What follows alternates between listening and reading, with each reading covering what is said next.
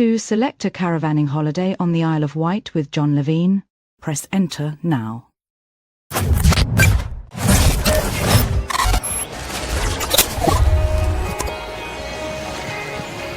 Now on BBC One, it's time for another adventure in space and time with Jodie Whittaker and the Police Box.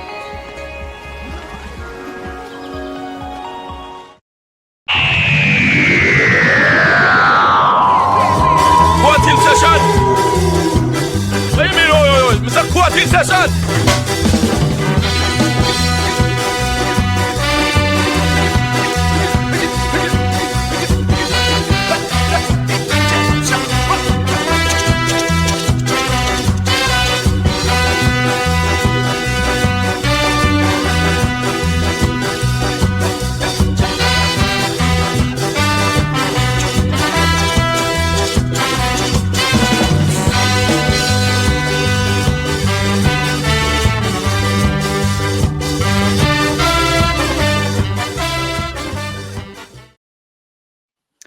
Ladies and gentlemen, boys and girls, grip your Betterware catalogues firmly in your hands, raise the kitchen cupboards, and join us as we take a walk on the wild side. It's time for another Police Box Live. Tonight, our trial of Series 13, aka Flux, continues as we bring War of the Sontarans before the court. In War of the Sontarans, the aforementioned spud-headed supervillains hatch yet another dastardly plot, taking advantage of the anomalies created by the Flux to rewrite a portion of Earth's history, indulging in a skirmish in the Crimean War and fulfilling a long-held ambition to ride horses. Now, horses are an adaptable breed, as seen throughout history. They've provided, as seen in this story, a speedy and effective form of transport in wartime. They've also helped feed millions with their ability to perform laborious, repetitive tasks in the field of agriculture, and, more recently, have provided entertainment in the sporting field with horse racing, helping making the sport one of the nation's favourite pastimes and furthering the bond between equine and human. Talking of which, I'm joined as ever tonight by two men who have taken their experience of working with horses into every job they've had in their adult lives, which has caused numerous tribunals with HR departments over their insistence on measuring everything in hands. It's Cameron Phillips and David Cummings. That was gentle. Tame. I was going to say that was tame. To see that was. I did have a section for a rewrote that of working under horses, and I thought too obvious. Jeez, man. I haven't been this baffled by an intro since that time when you rewrote John Levine's autobiography. Everyone was baffled by that, Joe. Dave, Cam, how are you both? Doing good, apart from the fact it took me 3 hours to get home from work tonight, which is usually a 25-minute journey, and that's why we're delayed. So sorry, folks. Yeah, we're half an hour late tonight because Dave and Cam have had various transport emergencies happening tonight. So yeah, we're slightly delayed. When they close the main motorway between England and Scotland for an entire day, I kind of have issues getting back home. So, you know. Was it football related, Cam? No. It was very much truck into the underneath of a bridge related, I think, by the sounds of it. Oh, you messy. Yeah, I think it was. Yeah. Condolences to the person's family. Well, yes. Well, you've inconvenienced a lot of people tonight, all right? I take it back. Welcome along, everyone. It's Chapter 2 of our trial of Flux, and once again, we feel the heavy hand of justice weighing on our shoulders. And so, to lighten the load, we've once again thrown open the courtroom doors to invite another pair of special guests in to help ensure that justice is done. But who's joining us in the courtroom tonight? Well, joining Cameron on the defence team tonight is a man who is fast becoming the podcast equivalent of a Victorian workhouse owner. Not only is he responsible for podcast episodes appearing at an industrious rate on Hamster with a blunt penknife, he's also taken in some street urchins from this very show to add more grist to the mill with a new podcast venture, thus doubling our workload. And if that weren't enough, to fully complete this laboured simile, as any workhouse owner worth his salt would do, he's insisted on us going up and down his chimney at least twice a day. He is, of course, the one and only Mr. Joe Ford. Have you pair looked in the mirror lately? Urchins, you flatter yourself, sir. Good grief. Hello. I didn't say young urchins. absolutely delighted to be here today to talk about War of the Sontarans. It's a joy to have you on to be able to talk about it, Although Joe. we've already talked about it once, Lee, haven't we? Yeah, you know. We can reuse material. It's That's right. absolutely Don't you worry, I am. Good. So that's your defence team tonight. What of the prosecution? Well, joining Dave tonight is a man who shares his name with the bass player on REM. Now, we're sure he's heard all the jokes before, so rest assured, this will be the last time we'll reference that on tonight's episode. Here tonight to use some pretty persuasion to convince you that War of the Sontarans is a monster and should accelerate towards the bin. And hey, if you don't agree with him, it's fine. It's all part of life's rich pageant. That's him in the corner. That's him in the spotlight, taking the stand and making his Polis Box debut. He's the one and only Mr. Michael Mills. Hello. I was going to say thank you for having me on, but oh, it's like being back at school, isn't it? I thought you could have. I thought you were a bunch of nerds here. You could have got something out of me having the same name as the guy who commissioned Dad's Army. Come on, REM. That's entry level. You are cool. I like to keep a certain level of pretense that we are, but Michael, if we was back at my school, all right, we'd be playing with flick knives tonight, all right? Because Joe went to school in the 1950s in Chicago. No, Was slowly in the 1990s. Was that old Thumbsy Simmons coming at you, Joe? Joe, I'm gonna get you. Everyone knows that Brussels neutral territory, Joe. You reminded me of the 8 Doctors again. Stop it. no one needs reminded of that. Why is it I'm now just picturing Joe going to school in Peaky Blinders? It was pretty much that, to be honest. Why do you think this happened? Well, I often wonder, Joe. I often wonder. Well, there you go. That's your line-up on defence and prosecution tonight. Before we get into proceedings proper, shall we have a little look at the series results so far? Yeah, the one show we've done so far. This is the results. Yeah, the series results so far. Yeah, this is. Oh, no! Last time round, the Halloween Apocalypse went on trial in the company of Daniel Ronsley and Paul Carvanista. Quinn Cameron won that one. So he leads the series 1-0 with 5 trials remaining. He took it by 57% to 30%. Now, if you're thinking the numbers don't add up, that's because he was hit with a 15% reduction on his score for being a very naughty boy. Oh, so what you're actually saying was he thrashed his arse. Okay.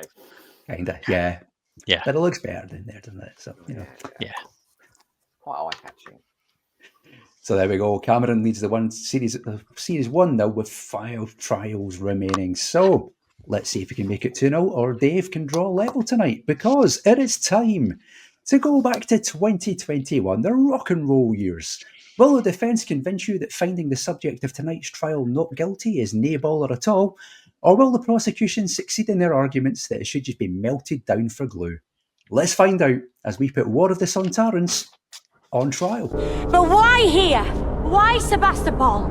The Crimean skirmish seems the perfect place to start. So much conflict, so much opportunity. And also, I wanted to ride a horse.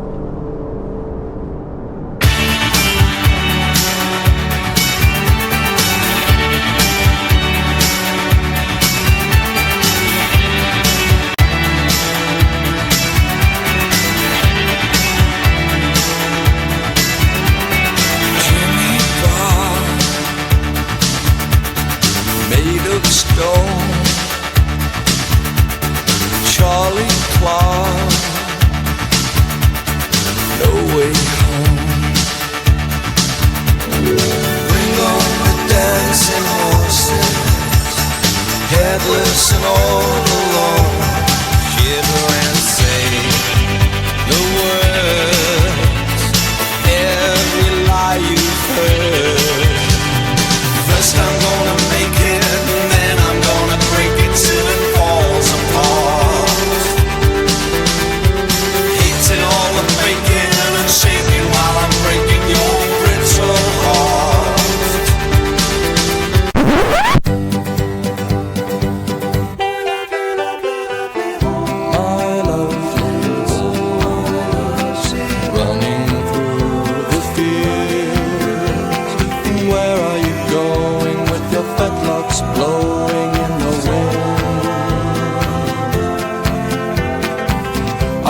shower you with sugar lumps and ride you over fences, polish your hooves every single day and bring you to the horse dentist.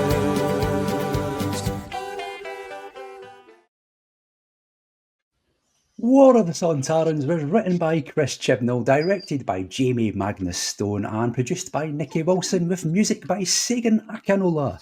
It starred Jodie Whittaker as the Doctor, Manda McGill as Yaz, John Bishop as Dan, with Jonathan Watson as Skak and Sontaran Commander Rick Scott, Sarah Powell as Mary Seacole, Jacob Addison as Vinder, Sue Jenkins as Eileen, Paul Broughton as Neville, Steve Oram as Joseph Williamson, Gerald Kidd as General Logan, Dan Starkey as Flint, Sam Sproul as Swarm, Roshenda Sandile as Azure, Craig Ells as Carvanista, Johnny Mavers as Passenger, and Nigel Richard Lambert as Priest Triangle. It was broadcast on Sunday the 7th of November 2021, and the viewing figures were 5.1 million overall, after all the iPlayer stats and all that gubbins was added together. Those are your stats and your numbers for War of the Sontarans. Let's get this party started properly. Hey, Yes, who played all the soldiers in the fights? There's not enough time in the world, Joe. A lot of extras. That's who played them. A lot of extras. A lot of little animated ones, yeah? Yeah. Teeny tiny men. That's your stats and your numbers for the War of the Sontarans. Let's get things started properly. It's time to call this court to session. This court is now in session.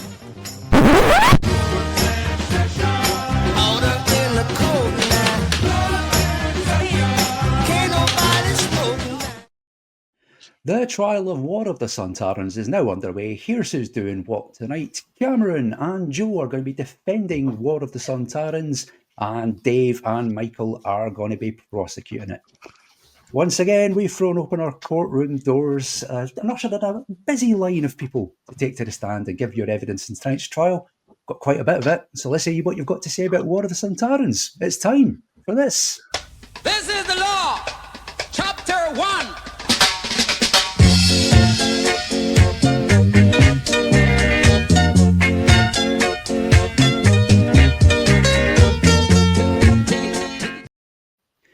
Like I said, I've got a fair bit of your evidence tonight. Thanks very much to everybody that's sent some in. So let's just crack on with them. First up tonight is Beeble Pete, who says War of the Sontarans is constantly cocking and firing.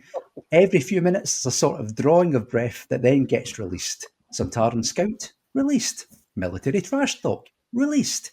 Agent Seco, released. Crimean Ships, released. The Walk, released. Swarm and Azure, released. Pow, pow, pow. What? It's a bit like Sidney Newman in Adventures in Space and Time. Pop, pop, pop, pop. You know? One great thing after another. It's as difficult as the Kennedy assassination, is what you're saying. I think the keyword we can take away from that bit of your evidence might just be released. Just going out on a limb here. Well, that was the gag in Halloween Apocalypse, wasn't it? Release! Maybe I was Scottish when I set it up. Oh, please. Next bit of your evidence tonight, well, next two bits of your evidence tonight comes from our guests on the next episode of the Post Box Live. So let's start with the first one. That's Fraser Gregory, who says there are various levels of not guilty. There is, I can see its flaws, but I really enjoy it not guilty. I remember this from my childhood, so I always think of it fondly not guilty. It's trying something new, so it gets the extra points not guilty. This is pretty decent, isn't it, not guilty? It's not top tier, but it's up there, not guilty. Are you mad? This is bloody brilliant, not guilty. And then it's got a Sontaran riding a fucking horse, not guilty. Yeah. There is support available for people. There is support available for people who think this story is guilty of crimes against Doctor Who. Please watch it to the end of the broadcast, where numbers of some helplines will be provided. Indeed, they will. It won't help him. I mean, all I'm going to say is we're 15 minutes into this stream, and the thing that has come up in its defense consistently is that there's one bit where there's a Sontaran on a horse. We've literally It's had an hour-long episode. 2 bits of viewer evidence so far in the last 15. Don't blame me because they take ages to get going. Your screen name is I wanted to ride a horse. Yes. Your Did screen anything name is else? Michael. Did you enjoy anything else in the 58 minutes that you were watching it? I have a 15,000 word dissertation. Yes. It's just I'd like to say Horse. I'd like to say he's kidding, but Joe did send me his evidence in advance. He's really fucking not. You're not meant. Oh yes, disclosure. We're meant to do that in a criminal court, aren't we? Sorry. Yeah, well, Mike, you may have can't. just inject the entire defence case in one team go up, here. You know. So that strikes me as 2 people for War of the Sontarans so far. Okay. So far, it's not as Yeah, good as you might think, though, Joe Ford. So, Oh, let's hear. Yeah, but those Yeah. people are really ugly. Let's be honest. one person who's definitely none of those things is our other guest in the next episode is Dan Hollingsworth, who says this about War I'm of the not saying a Sontarans. word. All right. Sorry. Go on. So too. The drama starts with the clanging cloister bell of doom, but luckily the universe hasn't ended. Phew. It's time for a celebrity historical with Mary Seacole, along with Sontarans who shouldn't be in the Crimean War. This is mad, but it works. The Flux is a handy plot-making event. Even the Sontarans on modern-day Earth being hopeless shots can't make this one guilty of Doctor Who crimes. The Crimean adventures of Doctor Who, amused that Dan's very scouse parents are both from Brookside, and the actor playing his dad was Susan Twist's husband in it. Good fun, but still too much of the Chibnall info dumping at times. Dan's parents. Where the hell have you been? Oh my god. As a Welshman, I found that accent quite offensive. I was going to say, when were they Welsh? How dare you, Joe Ford? He spent the last 20 years trying to get rid of that Welsh accent. Oh, you can't talk. All right, maybe I'll come out a bit. I want to get the Scots boys around. I'm going to go for a bit of Celtic Brotherhood on this one, okay? We're with you, man. We're with you. Yeah, it was probably the English that shut that motorway, wasn't it? Yeah. I arranged the whole thing. Before this court becomes even more divided, let's go. Just for that check. family, I didn't. All right. So one of those two is going to be on the prosecution for the next episode. That is correct, Dave. Yes. Excellent. I'm sure that won't get thrown back in our faces by the defence. Absolutely not. What? They're both on the next episode. Yeah, Fraser and Dan are Fraser, guests you in the got next it in the bag, mate. Well done. Next up, it's Daniel Knight who says this about War of the Sontarans. How can anything be guilty when you have this amazing aerial shot of Liverpool docks, the spectacular Sontaran battle, Dan Ford, the best laugh out lines ever spoken by a Sontaran? No, because it's really, Is it really about a tough. horse? It's a really tough lineup of funny Sontaran lines, isn't it? Oh, how we hooted our way through the poison sky. You name one that Strax said that made you laugh. Jesus Christ, Mr. Tom Tom. Grenade. Daniel does say the only one guilty is Russell T Davies not bringing back Jamie Magnus Stone to direct. Although, to be fair, he did throw that paper in Clara's face. That was hilarious. You leave Jenna Louise Cox. Do you want to No, get, man. do you want to get It's the Sophie best moment in all Aldred of Doctor insults Who. out of the way before we go any further? Has Sophie Aldred got something to do with this? No. But you've worked your way through Moffat and Jenna Coleman. And... He's ticking off the list Have here. you noticed she's starting her own podcast now, an 8-part miniseries? Yeah. Right, she's Yeah, coming we've all- for you boys, We'll see her all right? off. We've all been invited on, Joe, haven't you? Yeah. No, thank God. Next up. We all Sorry, got Dave. invited on, and then she told us about the podcast. She's calling it hemorrhaging brain cells. That's why it's only 8 parts. Oh my god. Before Sophie Aldred's lawyers get in touch, let's move on to the next bit of viewer evidence tonight. It's from our guest in the previous episode. It's Daniel Ronsley, the voice of our balls. Very incestuously. Can't help it if people love us, Joe. My favourite flourish is director Jamie Magnus Stone framing the Doctor's parley with Commander Skak in wide shots and extreme Sergio Leone close-ups, like it's a face-off from the good, the bad and the ugly. If you vote this guilty, then you're discriminating against Sontarans and Liverpudlians. Okay. And the Scots as well, because the lead Sontaran is played by a Scot. I didn't think for a moment that Dave would have a single problem with that last line there. No. He's totally fine with it, Daniel. Totally fine. Next up, it's the man with the velvet voice himself. It's Gareth Bowley, who says Sontarans that no longer look like Power Rangers. Battles as epic as the Lord of the Rings. Reference to Link sticking his pole in, a true Sontar ho. What more do you need? Not guilty. Filth. Battles as epic as the Lord of the Rings. Really? Is that the animated version from the 1970s? He's thinking the animated version is The Hobbit, Michael. There's a budget. Yeah. But like the battle goes and then Doctor goes, oh, don't look, it's over there, it's horrendous. You don't want to look at that. What the fuck? It's too expensive. Close your eyes. Yeah. Remember that Battle of Demons Run in that warehouse? It's a bit more spectacular than that, though, isn't it? Yeah, but I don't know if when you do that, when that episode comes up, that anyone's going to write in and go, oh, that's such an epic fight scene. Is it as epic as Lord of the Rings? Who watches this podcast? You there watching this now. Take a look at yourself. You're not on camera. Go and have a look in a mirror. What are you talking about? The Sontarans don't look good. They look like a particularly rocky poo. See, voters of War of the Sontarans, see how he insults you. Make your choices on that. I'm not here to win the court. I'm here to win the truth. You can't handle the truth, Michael Mills. Christ alive. We've gone down the Few Good Men route. Well, I'll be writing our mates on then, where we're rude to each other all the time. We have got a small technical problem at this end because I can't scroll down the list of your evidence anymore for some reason. So this could either crash and burn the entire stream, but I'm going to refresh here. So I'm either going to come straight back, or this is going to fall into the mire. Bit of jeopardy in the Polis Box live. Thanks for joining us tonight, folks. If the stream does end, we'll try and restart it. Guys. Get on with it. I can't hold this pose. Godspeed. It's Here the we go. Flux. Oh no! Oh, we've just lost Lee. Oh well, we'll be fine. We're still live. We'll be fine. He's done his bits anyway. Yeah, the stream still goes. People's Revolution. How are you doing, guys? We're back. Oh, now the audio's gone. They wouldn't the audio? even have noticed. Nope, Don't worry. Are we okay? We're fine. We're good. Okay, right. That's good. The list is now working again, so we can continue with that's the okay, rest of the show. Next up, Dave Rennie, who's been in touch to say absolutely no chance of being guilty. It's got the best Sontarans of the new series, Mary Seacole and Dan with a walk. What more do you need? Dan with a walk. He's right. He's right. There we go. That's Dave's thoughts on the matter. Let's find out what the thoughts are of our friend from across the pond. It's the man with the meat peas himself. It's Joe Llewellyn, who said, hey, another busy episode with a lot happening. Easily the best New Who use of the Sontarans. Flux as a whole is the best Chibnall era series.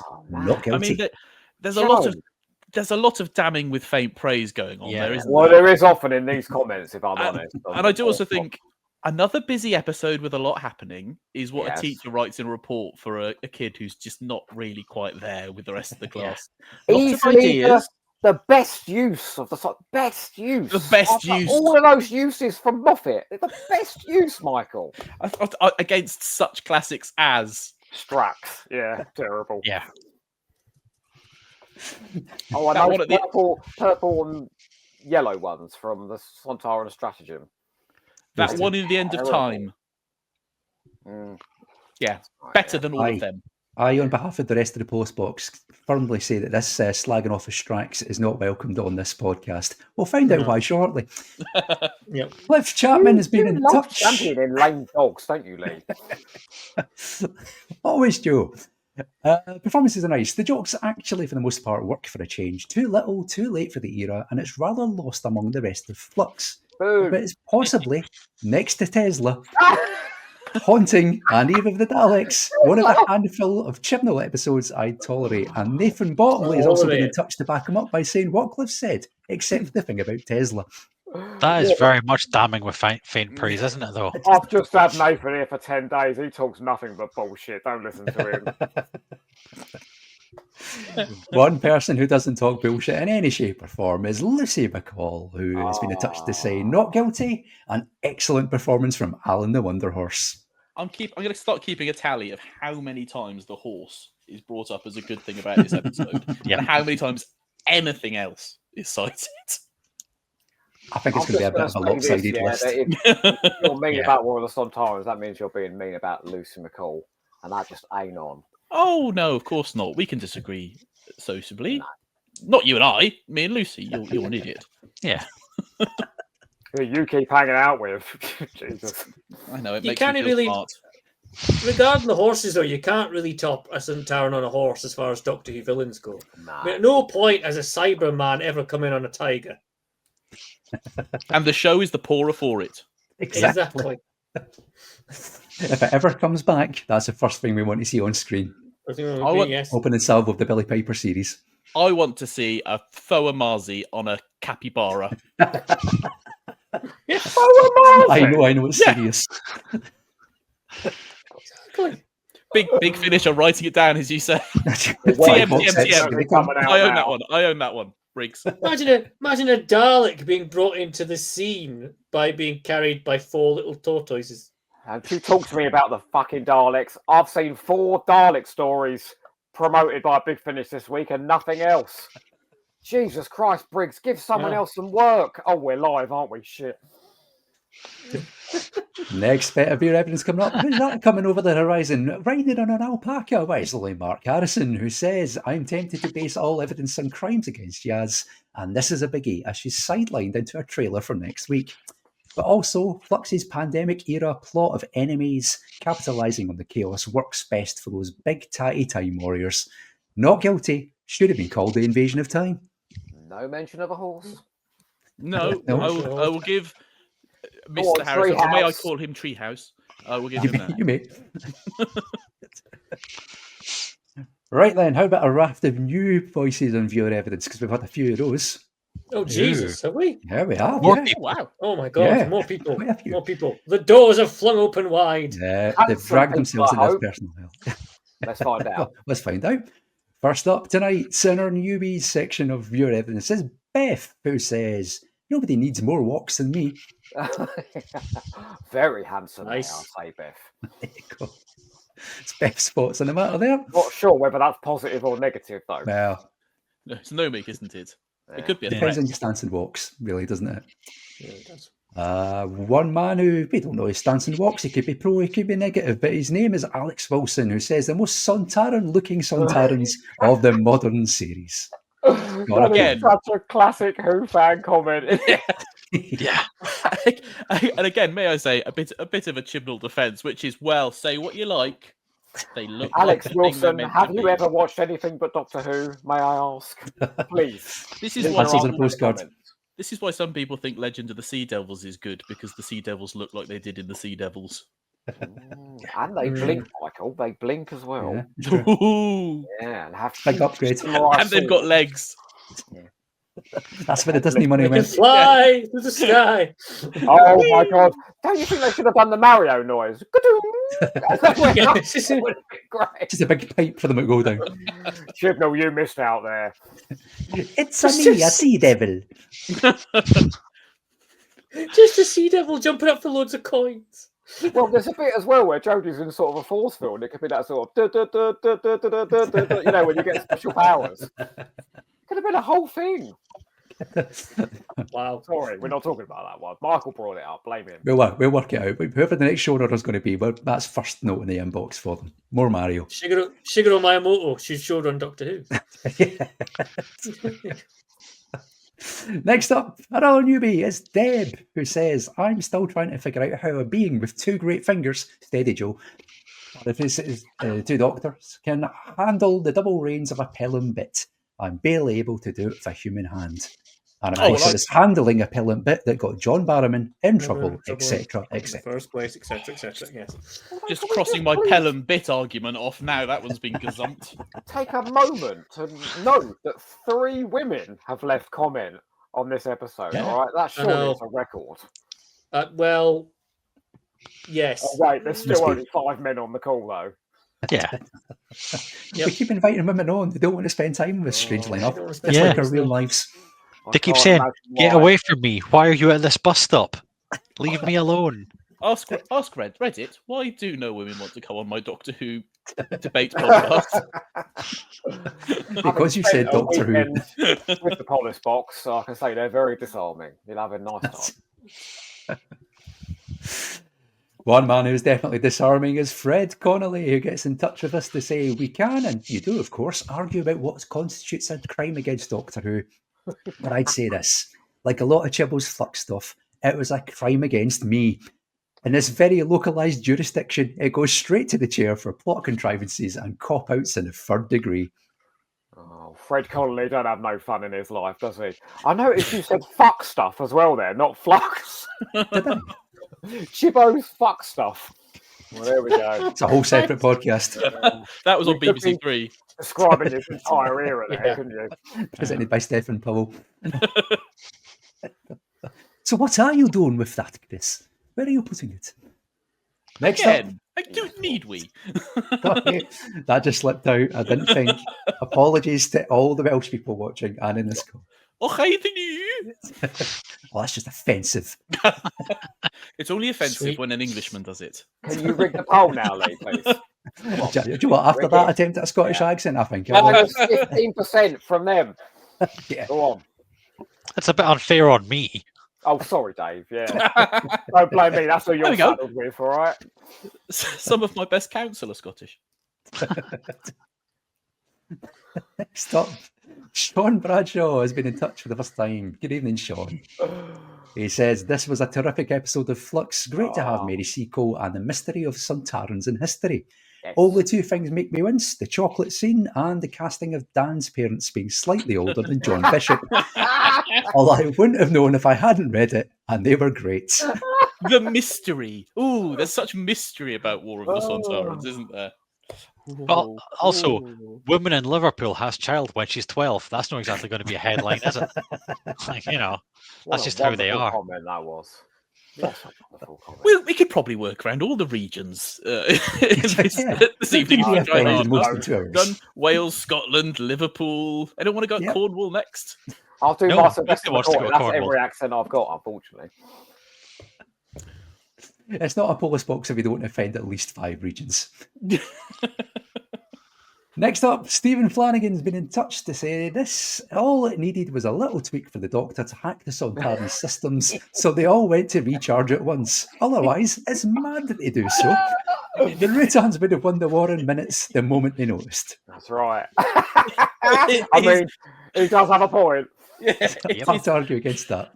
Do you know what? I've got a very clever idea. It turns out all of the baddies go into a single room. If I locked the door, I think we can stop the invasion. It's a crazy plan, but it might just work. My God, Doctor, you've saved the day again. Thank you. Next, it's the Toy Maker's Cats. It's in touch. Another newbie, so welcome aboard. Throw in a historical figure, some great battle scenes, and a game of Ring Around the TARDIS with no door.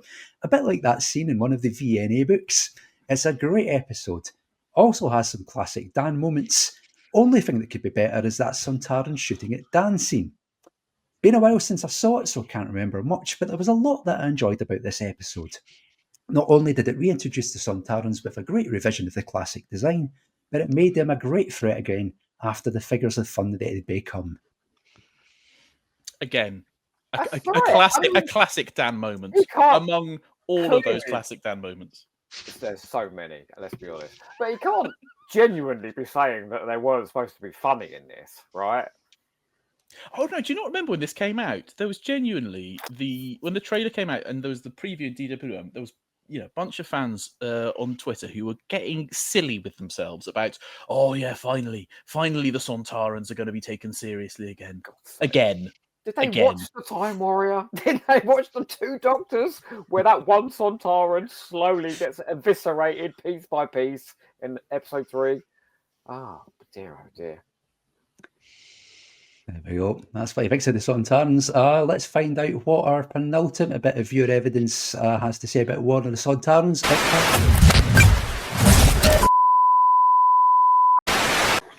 This is an emergency transmission to the human scum of the Polis box. It is I, Commander Scrotum of the super sexy Sontaran Space Force, and I'm here to tell you that we have done what Manchester United did for several years. We have conquered Liverpool. Sontarans!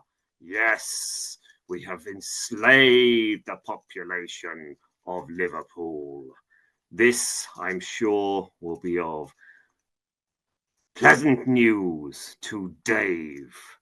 Dave, with your bald head and your whiskery chin, you would make a good Sontaran, but a pale one. If only you would paint your face brown, you could be a Sontaran, or you could be an extra in the Crusades. But Dave, based on your previous broadcast, we recognize your antipathy towards Liverpool and its population. You will be delighted to know that we have put the population to work.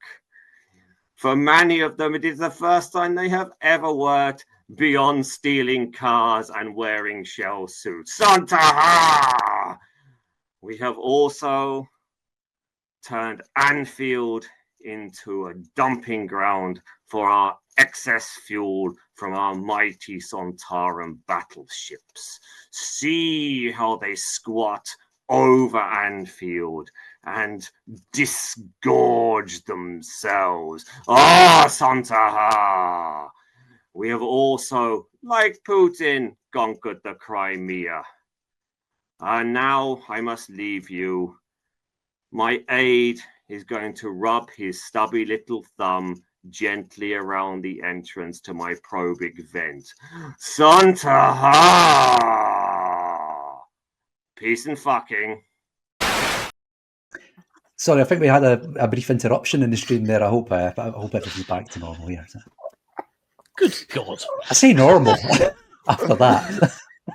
He is fucking mad, isn't he? Somebody had a lot of material left over from that Carvanista mask last week. You see the foil he had for his thing? And then he started using his hands and he's got bloody gloves on as well. Oh my God. Oh, Paul.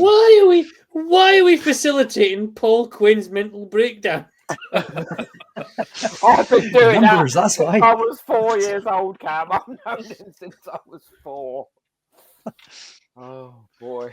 Wow. I mean, he's clearly trying to curry favour with the prosecution with all the references to Scousers now being in work. So he's done his job there. He's done his job. Yes, yeah. Dave, I mean this in as complimentary a way as I could possibly say it. You do look a bit like a pale Sontaran, actually. But I do look like one of the best of the new Sontarans because they've done so much better. Oh, I'm not sure. Yes, yeah. With a mighty beard, may I say. If I do that, I go with the crinkly Sontarans, the classic ones. Will you try on Paul Quinn's mask, please, and let's find out. Get us sent up to Edinburgh, Paul. We'll make him wear it in the last episode. What do you imagine he's using that for away from the police box? I'd choose not to imagine. The local area. That's all. He has several children, so some of them are even his. And all of them have been indoctrinated into Doctor Who. Yep. So after that nightmarish vision, we've got time for one last bit of your evidence tonight, and it comes from a very special person with a very special message for someone in the stream. Vote for War of the Sontarans. Don't listen to Michael. He doesn't like fun or get out much. Chibnall Sontaran episodes rule. The Wok, the huge battle, Mary Seacole, the catapult. This episode is an explosive barrel of fun. Sontar! The Do best book now. 50 quid that Joe has ever spent. He didn't mention the fucking horse, did he? It's just great when you get this commentary that comes so from the heart. It's given so unbidden. Yep. And guess what? He was half the price of Sophie Aldred, right? I bet he was. And double the amount of time. She's a con artist, I'm telling you. Here's Dan Starkey's 8-part Spotify series, eh? Where is it? 50 quid. Lee, 50 quid she was Well spent. for about 15 seconds. What? Yeah. Poor Sophie. She's just poured herself a nice glass of Malbec. Thought, do you know what? I'll sit down with the police box this evening. They're talking about War of Sontarans. I'm in the clear. Oh no. We love you, really, Right, Sophie. Bob. We love you, really. I'll be honest, even now, 15 seconds is longer than I would probably last. Oh, God. On that note, that's Longer for your than you evidence lasted tonight. with my dead mother, Dave. I knew there was going to be one of us making that joke about bloody 50 quid for 15 seconds with a woman, and it's always That's always likely suspects. I don't want to disappoint the public like I usually disappoint the women involved. Oh no, sorry, Sophie. That's your viewer evidence for tonight. Let's get into the trial itself. But before we do that, 2 quick messages to bring you. You can get in touch with us and give us your thoughts on War of the Sontarans, because the live chat is actually working tonight. It's been brought back to the dead. We've got loads of comments. I'll sift through those. If you want to send us a message, just use the live chat box on this YouTube video you're watching right now. We'll put them up on screen as they come in. And the most important part is voting is now open. So based on the arguments put forward by Dave, Cameron, Joe and Michael tonight, you get to decide whether War of the Sontarans is guilty or not guilty of crimes against Doctor Who. You can cast your vote now. You can go to tinyurl.com/PBL Sontarans, or you can click on the link in the description of this YouTube video you're watching right now, or you can click this QR code that has just appeared above Cameron's head tonight because Dave's not in his usual position. I forgot to move him. So scan that with your phone. It'll take you straight to the poll. Cast your vote. We'll reveal the results at the end of tonight's show. Let's start the trial proper. And as usual, guests and newbies go first. So, Michael, do you want to give us your first point for the prosecution of War of the Sontarans, please? Yeah, right. So the thing about War of the Sontarans and Chris Chibnall is it's rubbish, right? We all sort of know the Chris Chibnall era is rubbish. We can accept this as a starting premise, as a fact before the court. But why? Why is it rubbish? And I think the reason is there's a lot that I like about Chris Chibnall. I think I like his idea of what Doctor Who should be. I like his excitement about the ideas that he's bringing up. I like the way in which he wants to diversify what Doctor Who's talking about and who it's representing. Problem is, when it comes to actually putting that all on screen, he just goes, yeah! And sort of throws it all at the script, and then just sort of has some talking between them. He goes, that's good, isn't it? Oh, anyway, next week. And there's a lot of that with War of the Sontarans. It opens with one of the least useful recaps I have ever seen in my life. I know as fans, we don't usually bother with the recaps, we don't pay attention. Watch this again and try and follow the recap. And imagine you've not watched the Halloween Apocalypse. It's no help at all. They go, that comedian bloke's in it. That's about it. There's literally nothing that happens. You could just go and watch it. You could, but you know what? Just don't have the recap there if you're going to be that unhelpful to people. That's what I say. I was confused. I was in a state of confusion before I even got to watch War of the Sontarans. So there's a lot of things in War of the Sontarans that are good. Everyone, after the horse, mentioned Mary Seacole. Amazing. Yes, very good. Yes, do that. Have Mary Seacole in Doctor Who. Be talking about people like Mary Seacole. Ideally, then, have them do something within the plot. You know, if we're going to expand the sort of historical people that we show, if we're going to have people of colour, if we're going to have people who aren't just, existing in legend in the popular consciousness already, maybe don't just have them sit there and do odd jobs for the protagonist. And then her just go, oh, you were great, Mary Seacole. It's like, yeah, well, I quite like... there on the battlefield, taking people back to the British Hotel and tending to them. She's apparently, we're told she does this. In this story. We're told she does this. No, she has no agency in this at all. What does she do? What does she do that's interesting?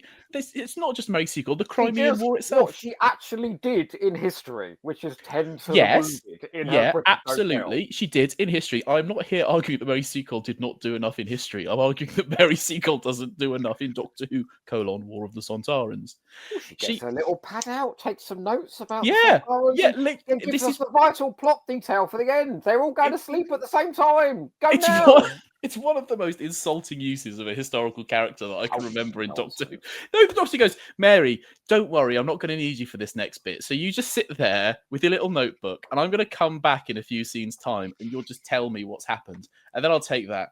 And don't worry, I've told everyone you're brilliant because this is Chris Chibnall. So generally what we find is that it's easier in this era of Doctor Who to just say that, see also, Yaz, you're the best person I've ever met. Really?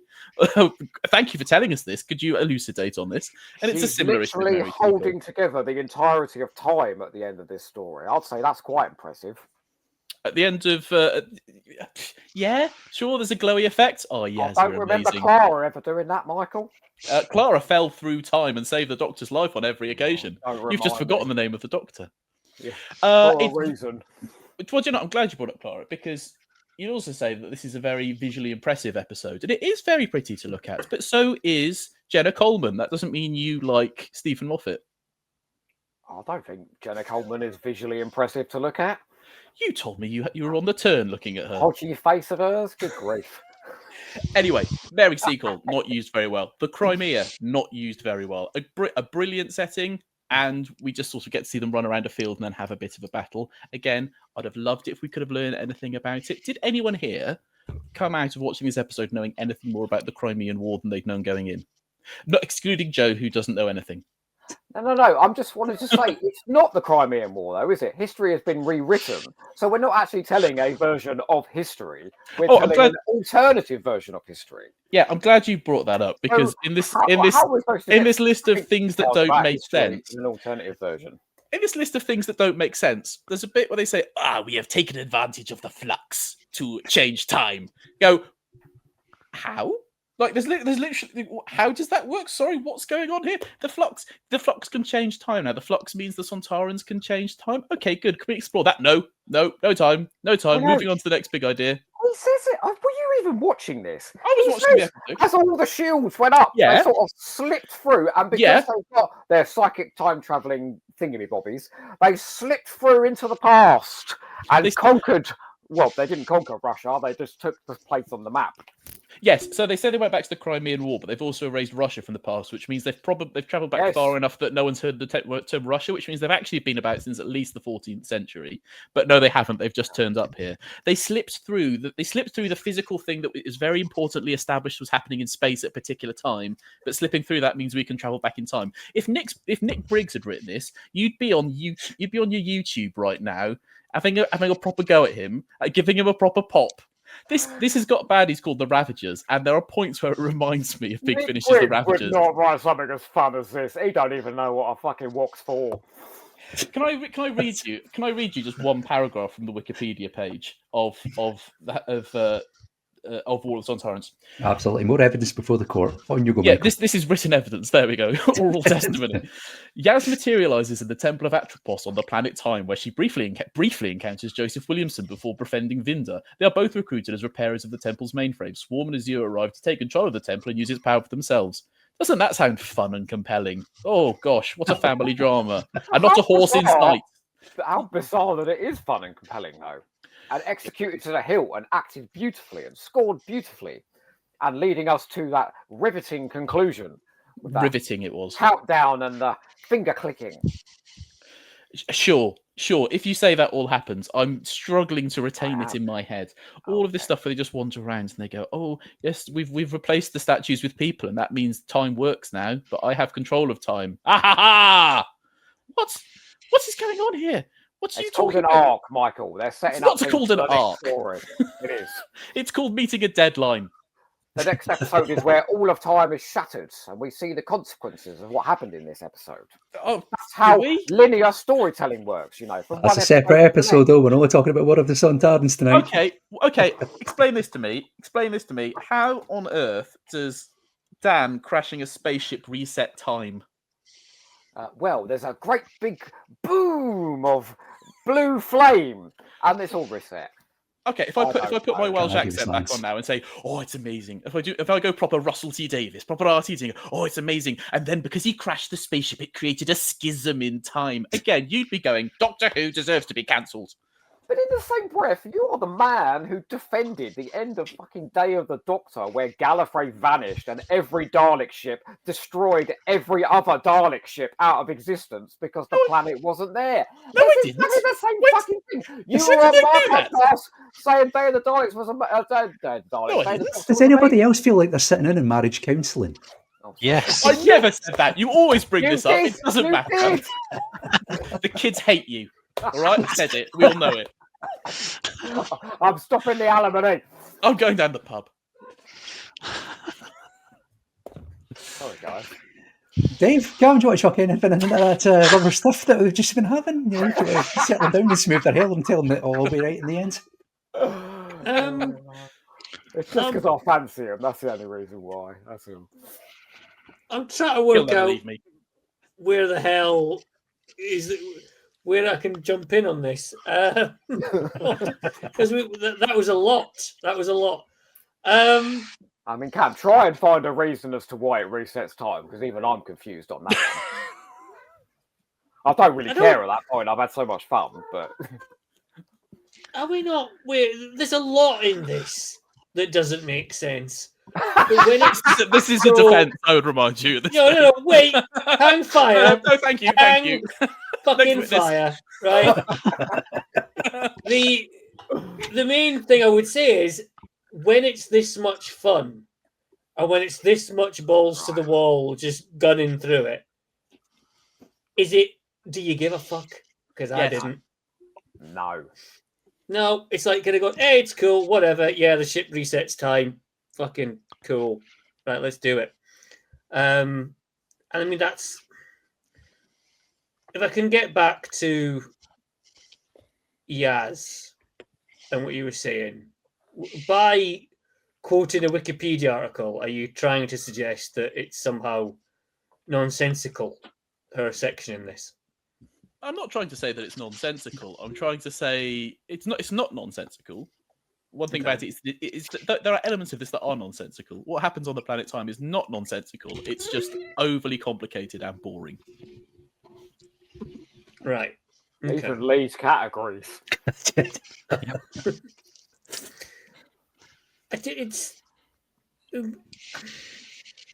don't think it takes up enough of this episode to actually have that against it.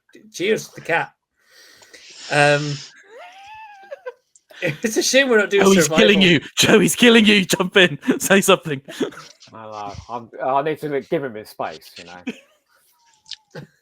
Cameron, will you say something positive, please? I'm saying something positive. Are you sure? Yes. This, for me, regarding Yaz's sections in this, and it does balance quite well between the need to have an overall thread running through the entire thing as a series, as one, overall arc for the entire series, and having a belter of a story that is contained in this one episode. So Yaz's section is obviously just, on time, if we can say that, is, about Flux going forward rather than anything to do with Sontarans.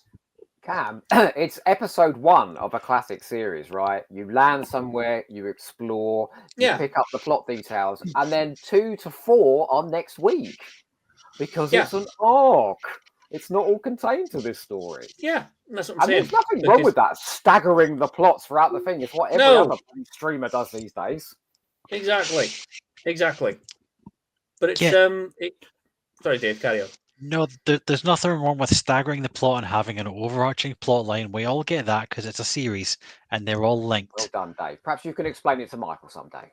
But what you don't do is have... Fuck it, I'm just going to launch into one of my points. This contains a great story that's about 40 to 45 minutes long of Sontarans in the Crimea. And that on its own is a great story. It's got so much potential. 45 minutes of this is great, you're saying? Thanks, no, there's potential there. There's potential there for a great story. Say something negative, Dave. Use it. Well, it's the Sontarans in the Crimea. It's Mark Gassie's wet dream. It really is. Because this is basically Empress of Mars with some slight changes. And a budget. It's stiff upper lip of British troops against an alien threat. Somewhere they shouldn't be. That's it. It's the same story as that. And it takes up half of this episode with stuff we've seen before. The rest of this, the Yaz story and the Dan story, are just trailers for the next episodes. But part 1 was just trailers for the next episodes. Part 2 is half trailers for the next episodes. By the time we're going to get to part 5 of this, it's going to be 15 minutes of trailers for part 6. Have you watched another TV show being broadcast right now? That is, you are describing every single TV show, Andor, Stranger Things. I've been watching them this week. This is nothing like Andor. Come on, no one's buying that. Some plots are no, it's far more fun than Andor. It's so serious, that show. But God, yes, you can have do a subplots. rock and a catapult. But the subplots have to be connected to the main story this week, not just jammed in at the side. The main story is the season. It's one story. The whole thing is one story. But what would change if you took out the Sontaran section of this? What would change is it would be half the length and nothing else would change. What if the Sontaran stuff came out? Yeah. But that impacts the last episode. You've seen that one, right? Yes, but this story, this episode, half of it is taken up by something that will come back later, and the other half of it is stuff that will come back later, but isn't related to the main bit that will come back later. So you could basically split them in half almost, and it's not connected as a story. How it is connected, though. It's connected in a wonderful way. In very few Doctor Who stories actually manage to do this. Evil of the Daleks does, and that is it manages to detail the entire potential of Doctor Who. You have one plot set in the past, you have one plot set in the future, and you have one plot set in the present, and you have a plot set in an alternative universe. Just like Day of the Doctor. Gamut of Doctor Who. Yeah, but more fun than Day of the Doctor. Good grief. For avoidance, neither Dave nor I imagine, has any issue with the idea of linear narrative, Joe. No. Or indeed, you both seem to be suggesting you do. But Dave is right. All of the continuing bits in this, in the whole of Flux, but it's true of War of the Sontarans, are setups for the next bit. And then whenever we get to anything that is approaching a resolution, it's bollocks. That's the problem. It's all set up. Can you repair? Yeah, can we repair? Can we repair? And then we get to the repairing bits. No. It's a temporary repair at the end, isn't it? With Yaz and that delicious Vinder. Apparently so. He's good. Vinder's quite good in that. He's a good bit of casting. Hot. Would you have him? I would. But here's the thing about Vinder, right? It's really well casted and it's really well acted. And as soon as we see him for like 5 minutes in total up to this point, but we know his character. He's good. He's a bit cheeky. He's like, I've written it down. He's Han Solo with soul. That's what he is. Well, and we know that like it's a bad thing. I'm not. It's great. Okay. We know who he is. Good. And he is. No, you don't know, because his entire backstory is going to be revealed in the next episode. It's always in the next episode. Well, I'm sorry, you can't do it all at once. They set him up on the space station in the last episode, and then they explain how he got there in the next episode. So you absolutely do not know everything about that character here. No, but we've got a full sense of the character. So anything that he's doing between now and the resolution of his story is pointless. Apart from the context, I don't think we've got everything. It doesn't have to do everything. You don't have to have everything in an episode. You're right, especially in a serialized one. It would be nice if you had something. Yes. You know, just a little bit of something happening on the planet time that isn't just characters wandering around and going, gosh, this looks important. I bet this is going to pay off later. For Vinder, we get one line in this that adds to his story, and that's it. And it's, they let you back in, did they? And it's like... I hate to keep saying tune in next week for more story. But like all TV right now, you know, like, for example, Andor, that I've just been watching. What's that man's, his mother's name in Andor? No idea. She was literally in one scene in the second episode. One scene, right? And then that's it. That's all we found out. And we didn't really find out anything about her character. It's literally how TV works right now. The problem is that Vinder isn't old men, the pair of you. I'm not an old man. The problem isn't that the problem is that Vinder is in more than one scene, but he only gets one scene worth of things to do. I think he's only in 2 or 3 scenes. While we're on the subject of Vinder, Gareth always asked the question in the comments, is asked, do we think Vinder was replacement Yes. I'm just about to say that. Is it not that this was going to be Captain Jack, wasn't it? Quite possibly. Vinder was never going to be in this. This was going to be Jack. You were going to have Yaz meeting Jack, and Captain Jack would have been like, well, hey there, babe. We need to repair, you know. And that would have been him. Oh, and it's just like... Have you seen Cameron's used that line before. Don't tell me you haven't thought that's what this was going to be. But yeah, but due to And it was repairing his triangles that got John Barrowman into trouble in that actually maybe doesn't work. Something. Then that's the reason why, obviously, we get Vinder in this, who seems to be parachuted in at the last minute to replace aforementioned alleged sex pest. I don't understand what the issue is with a character. He got his cock out. That was the issue. Not that. Yeah, still. Oh, sorry. With a character appearing on the planet Time, right, which is beautifully realised, that incredible set, absolutely gorgeously lit and scored. Appearing in a place which is mysterious, which is high concept sci-fi, right? The planet Time, these temporal hags that create, control all of time, yeah? And just introducing us to that idea, I don't understand what's wrong with that. It's 10 minutes of the episode. Do you like Legopolis? I didn't used to, but I'm getting more fond of it the more people tell me it's great. No further questions. I also really love the Fayoum scenes in Survivors of the Flux, so maybe I'm the worst person to be talking to. I think the jury can draw its own conclusions. Essentially, I feel that the prosecution tonight are saying essentially that we should have no lead-ins to other episodes in this continuing story. I just have everything in one thing. That's not what I said at all. That's not what we said at all. That's what's coming across to me like.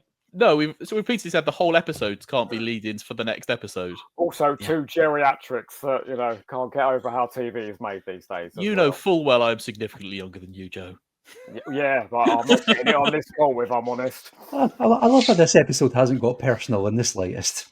No. He spent the last 2 years insulting me. It's about time I got some revenge. Can we talk about Jodie, please? How magnificent Jodie is in this episode. And one of the best characterizations of Jodie Whittaker's Doctor I think we get ever. Again, it's that damning with faint praise, isn't it? No, this is one of the best bits of writing wonderful. She gets. No, she is just wonderful in this. She is commanding, she's funny, she's charming, she's resourceful. She's everything I want the Doctor to be. I love the bit where she goes running up to the TARDIS and that desperation. People say to her that she doesn't do dramatic scenes. That desperation where she's trying to get inside the TARDIS. That is an incredible moment. The bit where she squares up against the Sontaran on the battlefield with a lot of wit and sass. Take your helmet off, mate. Oh no, second thoughts. Put it back on again.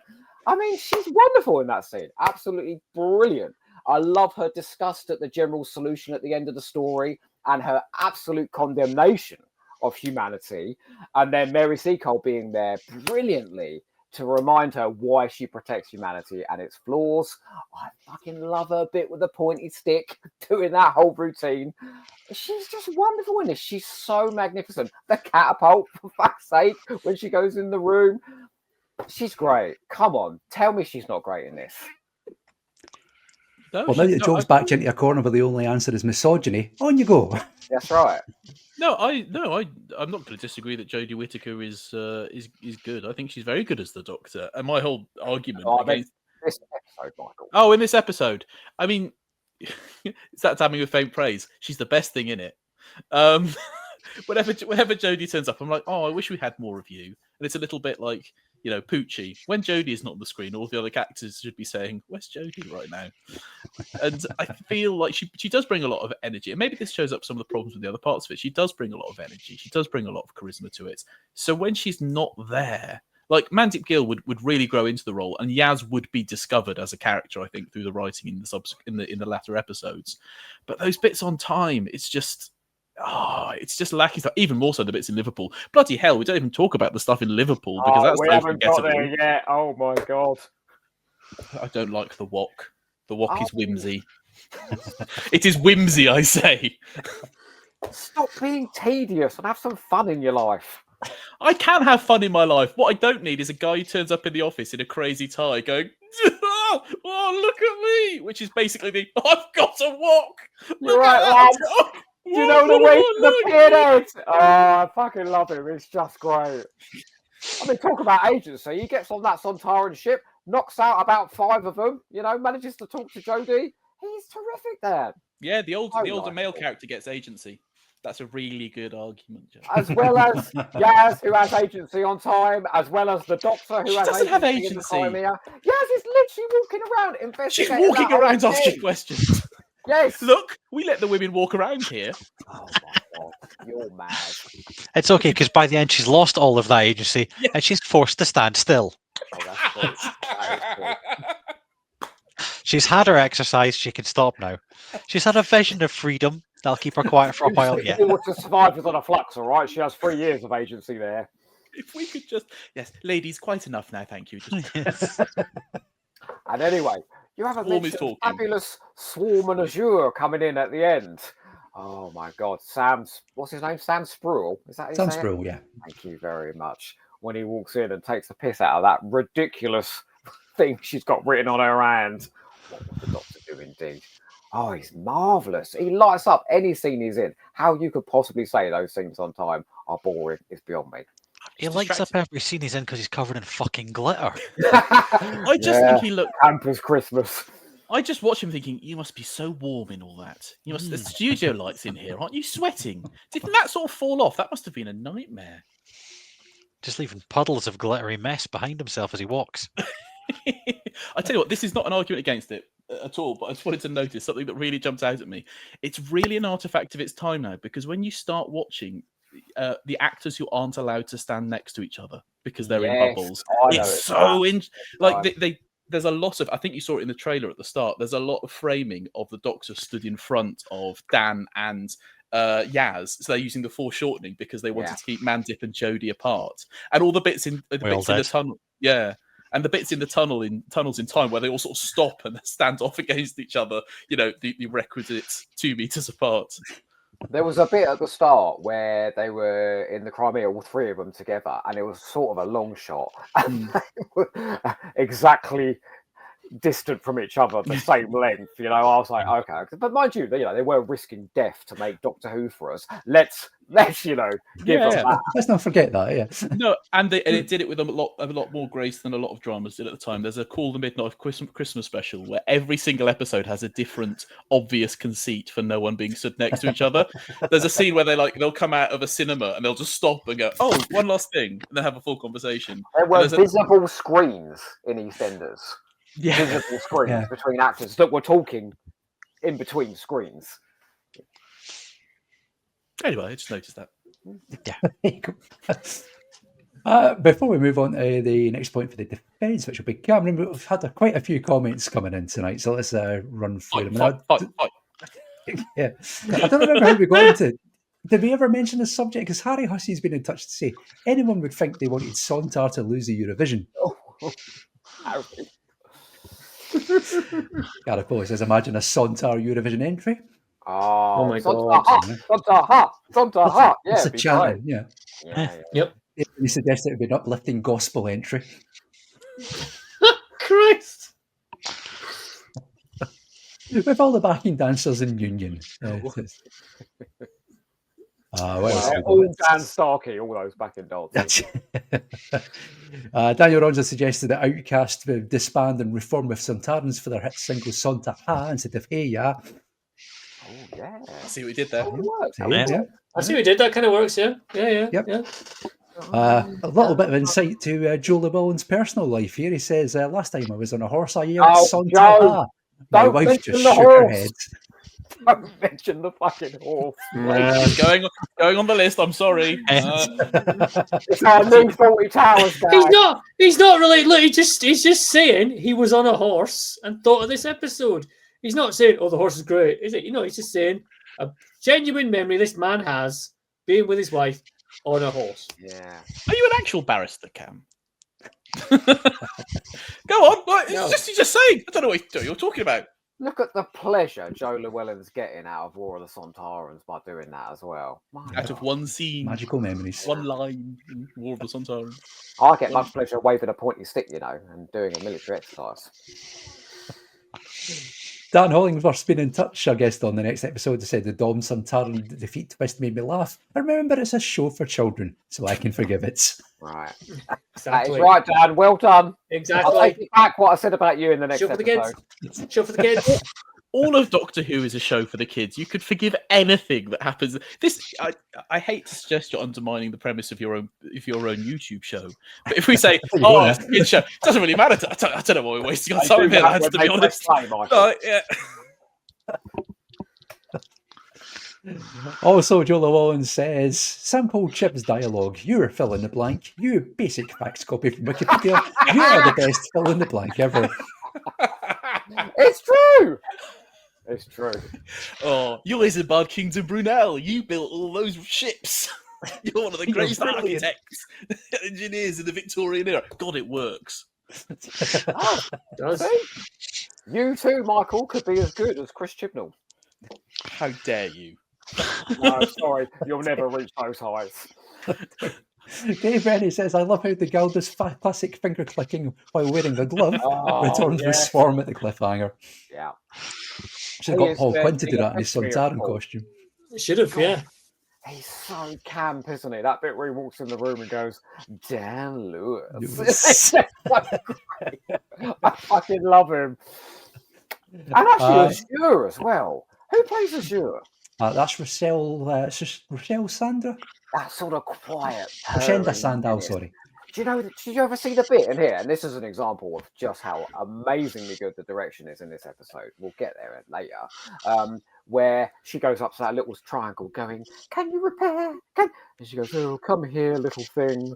And she turns it into ash, and then she sort of blows it in the air, and it cuts to all the snow on the battlefield. It's such a great transition. That's a good one. They That's a good couldn't one. find directors that did transitions during the Moffat era, unfortunately. But that's another example of sort of the fluidity of the direction throughout this episode. I noticed there was a lot of it in this episode. Yeah. It's beautiful. We have also upset Daniel Ronsley because he's going to leave Brittany alone here. Leave Space Babies alone. It's been 2 years. No, we can't because of Poppy in the reality war. We all just hate her so much. Let's move away from Space Babies. Let's go to the next point for the defence, which is Cameron. Jesus Christ, we've covered a lot of ground, haven't we? Fucking hell. No, we've barely started. I'm going to propose a notion at the minute. Is this the best Sontaran story? Yes. It is. Because it's not about one of them being stuck in a castle. It's not about them fucking around with car air conditioning units. And it's not about them sweating gently somewhere in Spain. It's about them going back in time to love being in a full-on war. And that's what Sontarans should always bloody do. It's a lovely bit of logic of, here's a Doctor Who bad guy. Where would they be most at home? Oh, yeah. Fucking in a massive war. It'd be incredible. And here we are.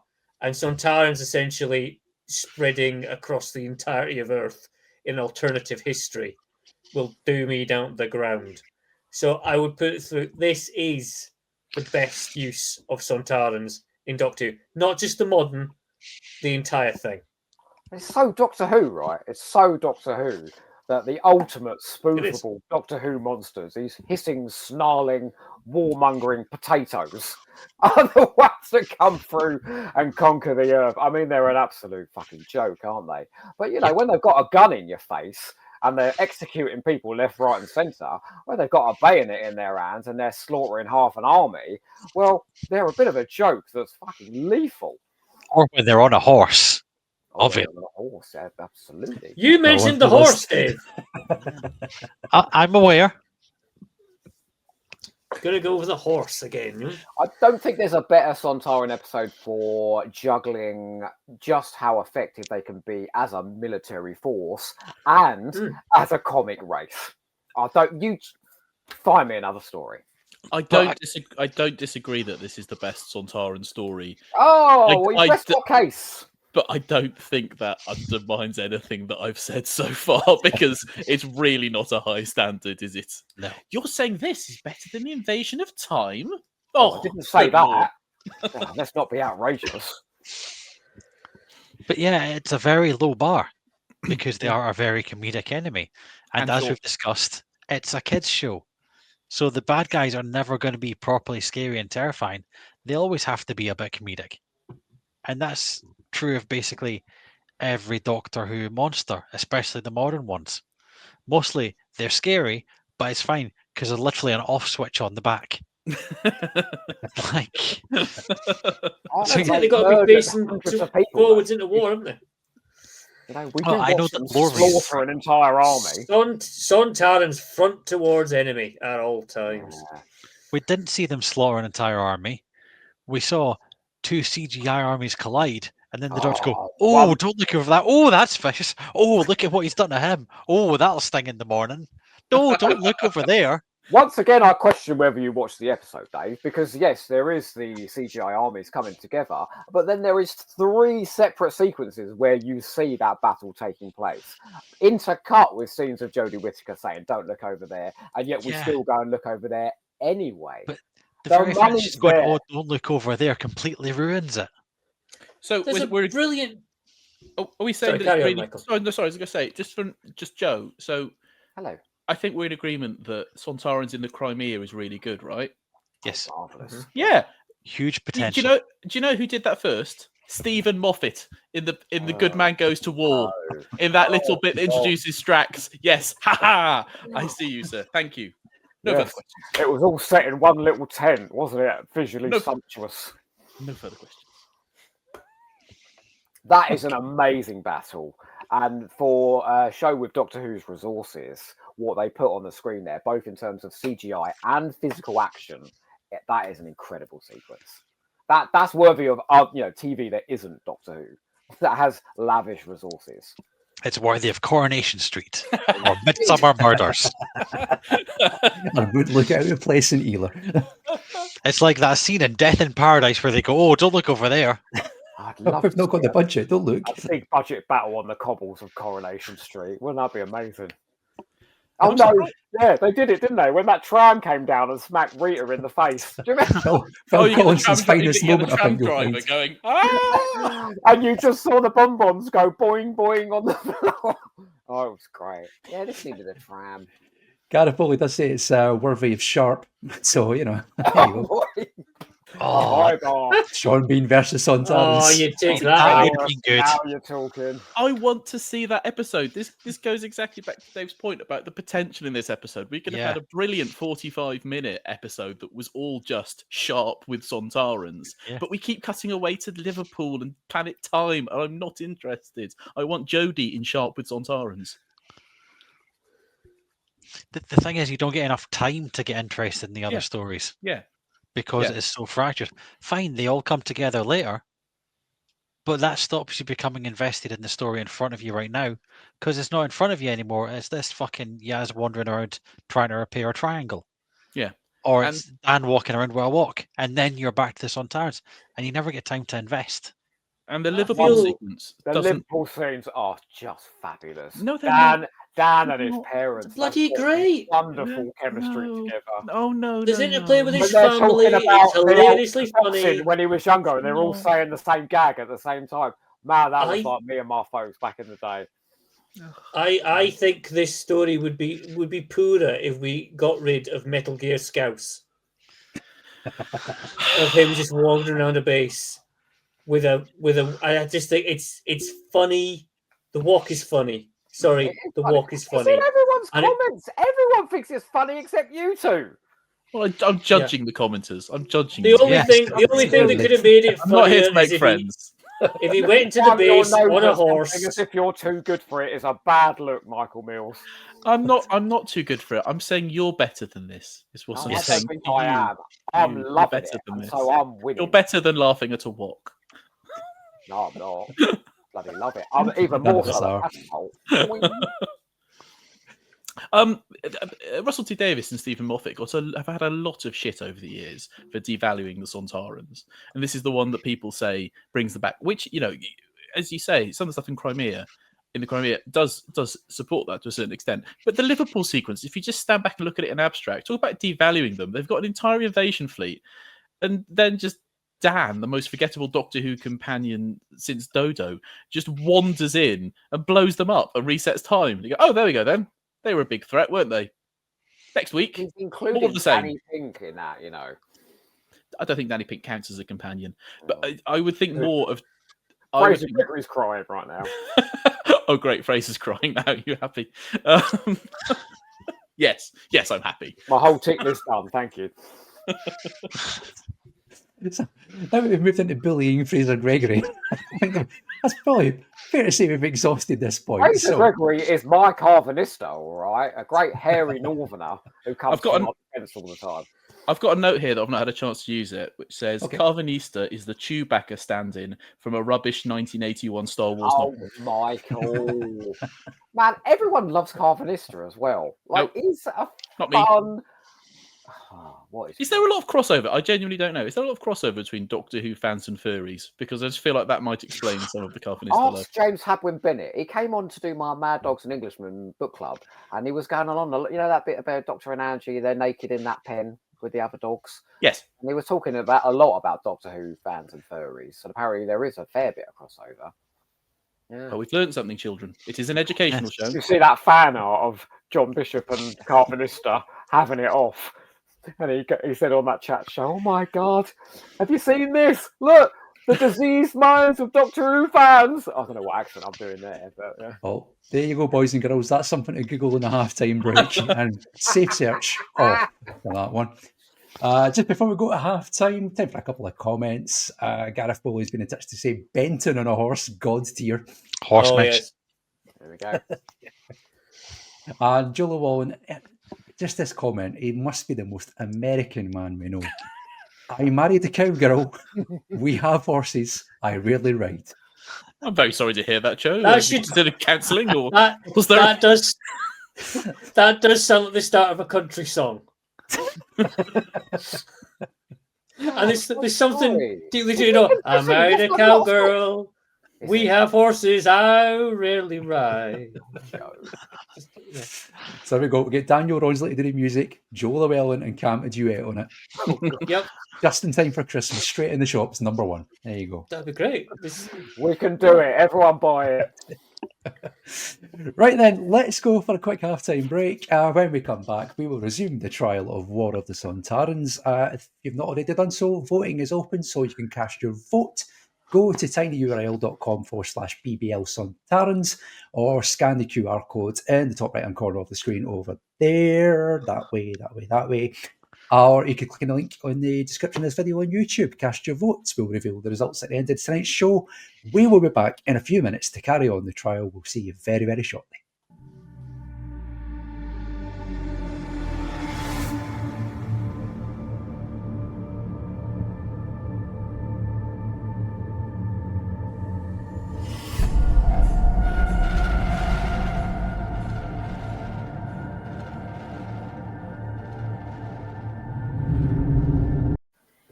And we're back for the second half of the trial of War of the Sontarans on the Polis Box Live. I've had a little look at the votes in the halftime break. It is very one-sided in one direction, but I'm not going to tell you which way. I can guess. I know what sort of people watch this now. I don't know. You're quite beguiling sometimes, Michael. that was his beguiling action. That's how I beguile. Consider yourself beguiled. Right then, it was the beguiling that got him into trouble. No, never mind. First place, yeah. Let's crack on with the rest of the trial then. Let's go the same way around again. So, Michael, do you want to give us your next point for the prosecution of War of the Sontarans, please? Oh God, is there anything that I haven't shouted out yet? Not really. No, not really. No. No, I will tell you what something that I don't know about War of the Sontarans. Something we haven't touched on enough yet is the thing that everyone brings up about this being a massive problem: the end. The end. It's big enough to have a whole point in itself. The Crimea, a war of history, the scale of it, the clashing armies, and how is the whole episode resolved? Oh, guess what? It turns out they all go back to have a little lie down at the same time. The whole army goes and has a little sleep at the same time. So what we'll do is we'll just exploit that. If you compared it to Day of the Doctor, we're not here to talk about Day of the Doctor, but I don't remember every single person watching Day of the Doctor going, for fuck's sake, at the same time when they revealed the whole shoot each other thing. I watched War of the Sontarans. Do you know everybody that watched Day of the Doctor? Yeah. I think you know about 5 people. I've gone around all of them. Oh, you have done a survey. I did a survey because I It thought, was sort of the Brexit result, though, wasn't it? some of us put effort into our preparation, Joe, and I thought Joe's going to bring this up, so I'm going to go and speak to everybody who watched Day of the Doctor. The smell must have been incredible. And they all said, no, it was fine. It was fine, Michael, actually. It was fine. But a few of them unprompted brought up War of the Sontarans. That was the 30% of respondents, unprompted, said, I didn't like War of the Sontarans. I mean... Don't we all go to sleep at the same time? I know that we all go to sleep at the same time. I have had text messages from you at about 1 in the morning that tell me that no, we don't all go to bed at the same time, Joe. Simple. Can I point out, by the way, can I just mention that Dan Starkey piece of evidence that was sent to me at about 10 minutes past 12 in the morning. A terrifying insight into his home life. But yeah, there should be one Joe Ford Sontaran who's up at 4 a.m. reading The Sleep of Reason by Martin Day.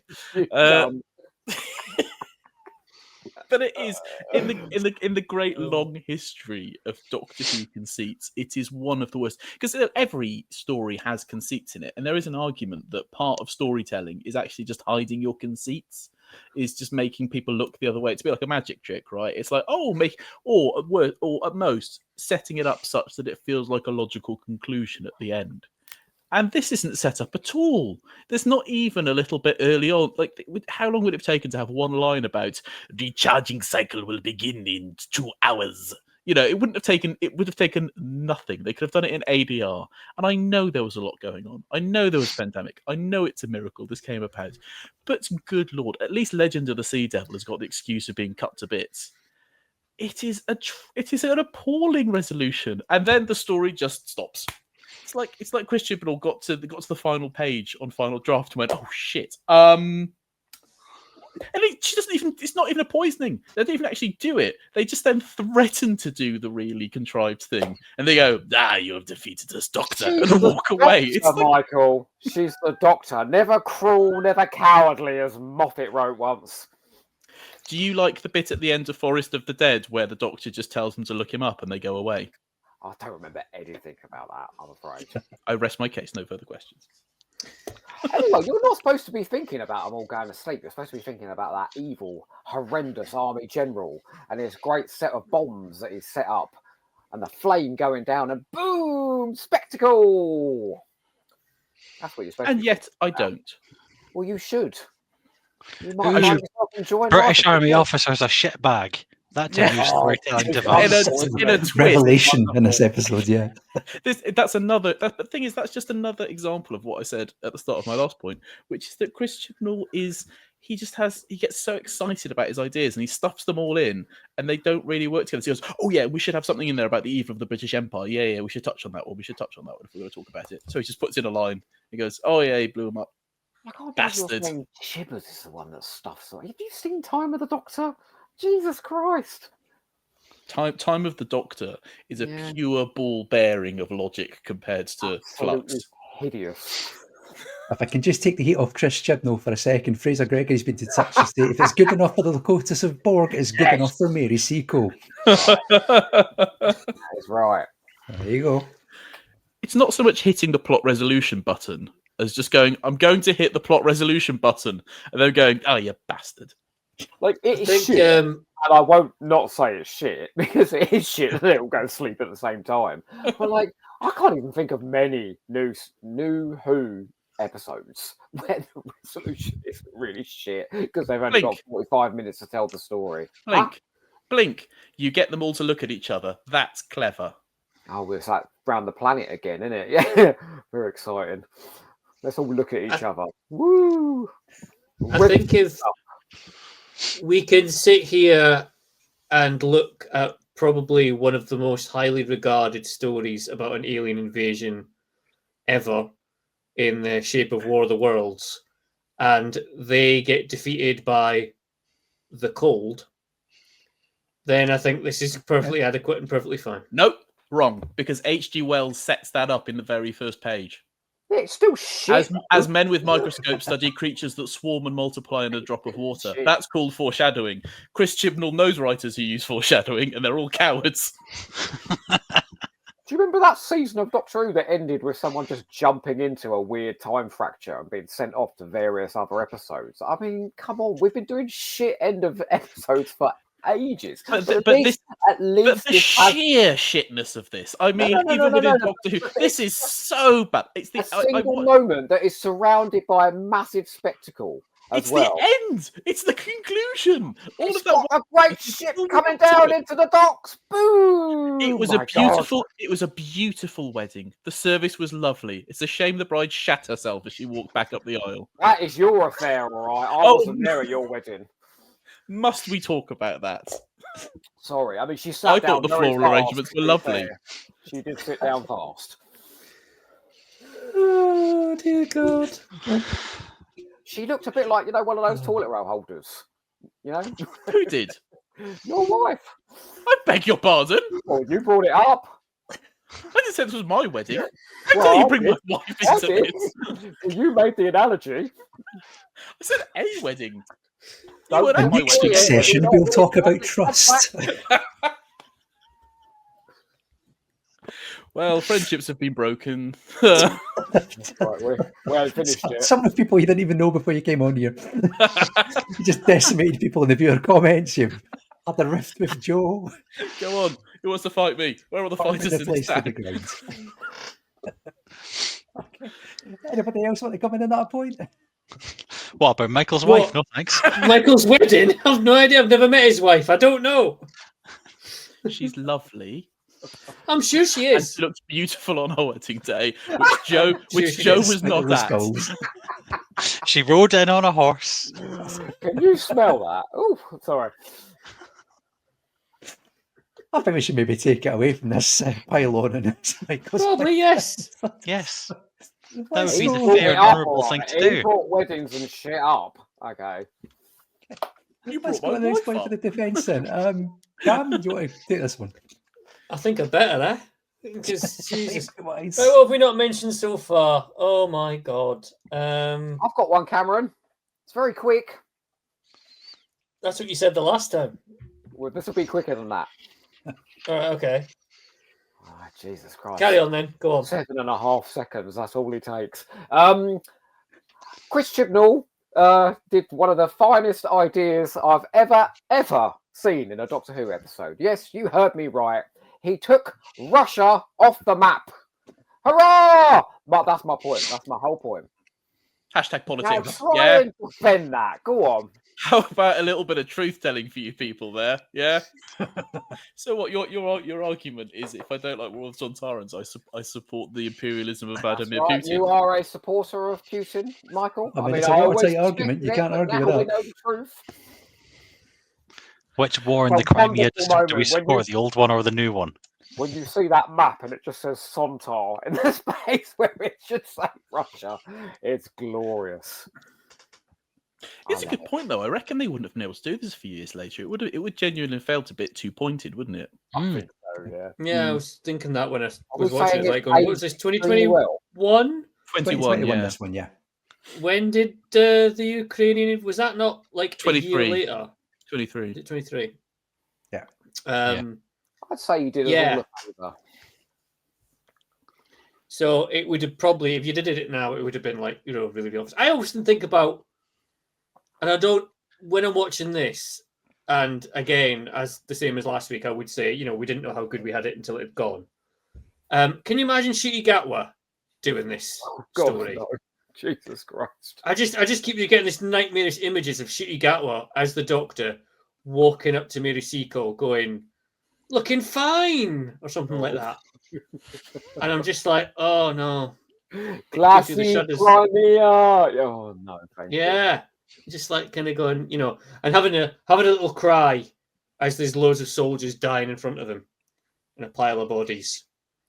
And standing on top of a pile of bodies going, there must be some other way. Needs more Merca. Needs more Merca, hashtag.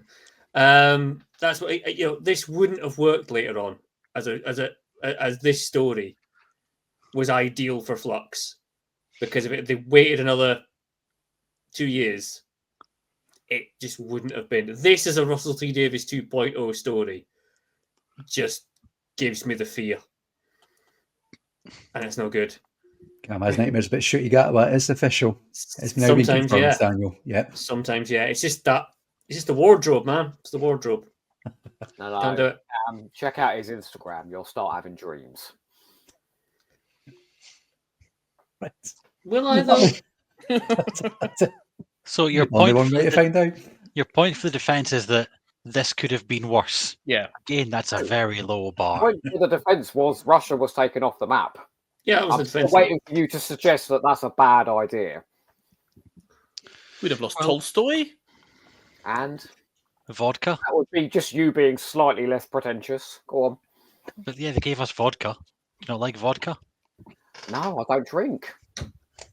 Vodka's nice. Boris All right. Pasternak. How about this? If you erase from history all the bad things that have been done by humanity, you cannot watch out for them in the future. So if you erase Russia, we will not be able to recognize imperialism in the future. Oh You my have to God. be aware of these things. Okay. Oleg so Selenko. You're abetting genocide then, Dave. Well done. Well done. But I'm not. I'm saying that people keep doing it and we need to Well, you're remember. saying we so should we can suffer stop. through genocide just so we can recognise what genocide is.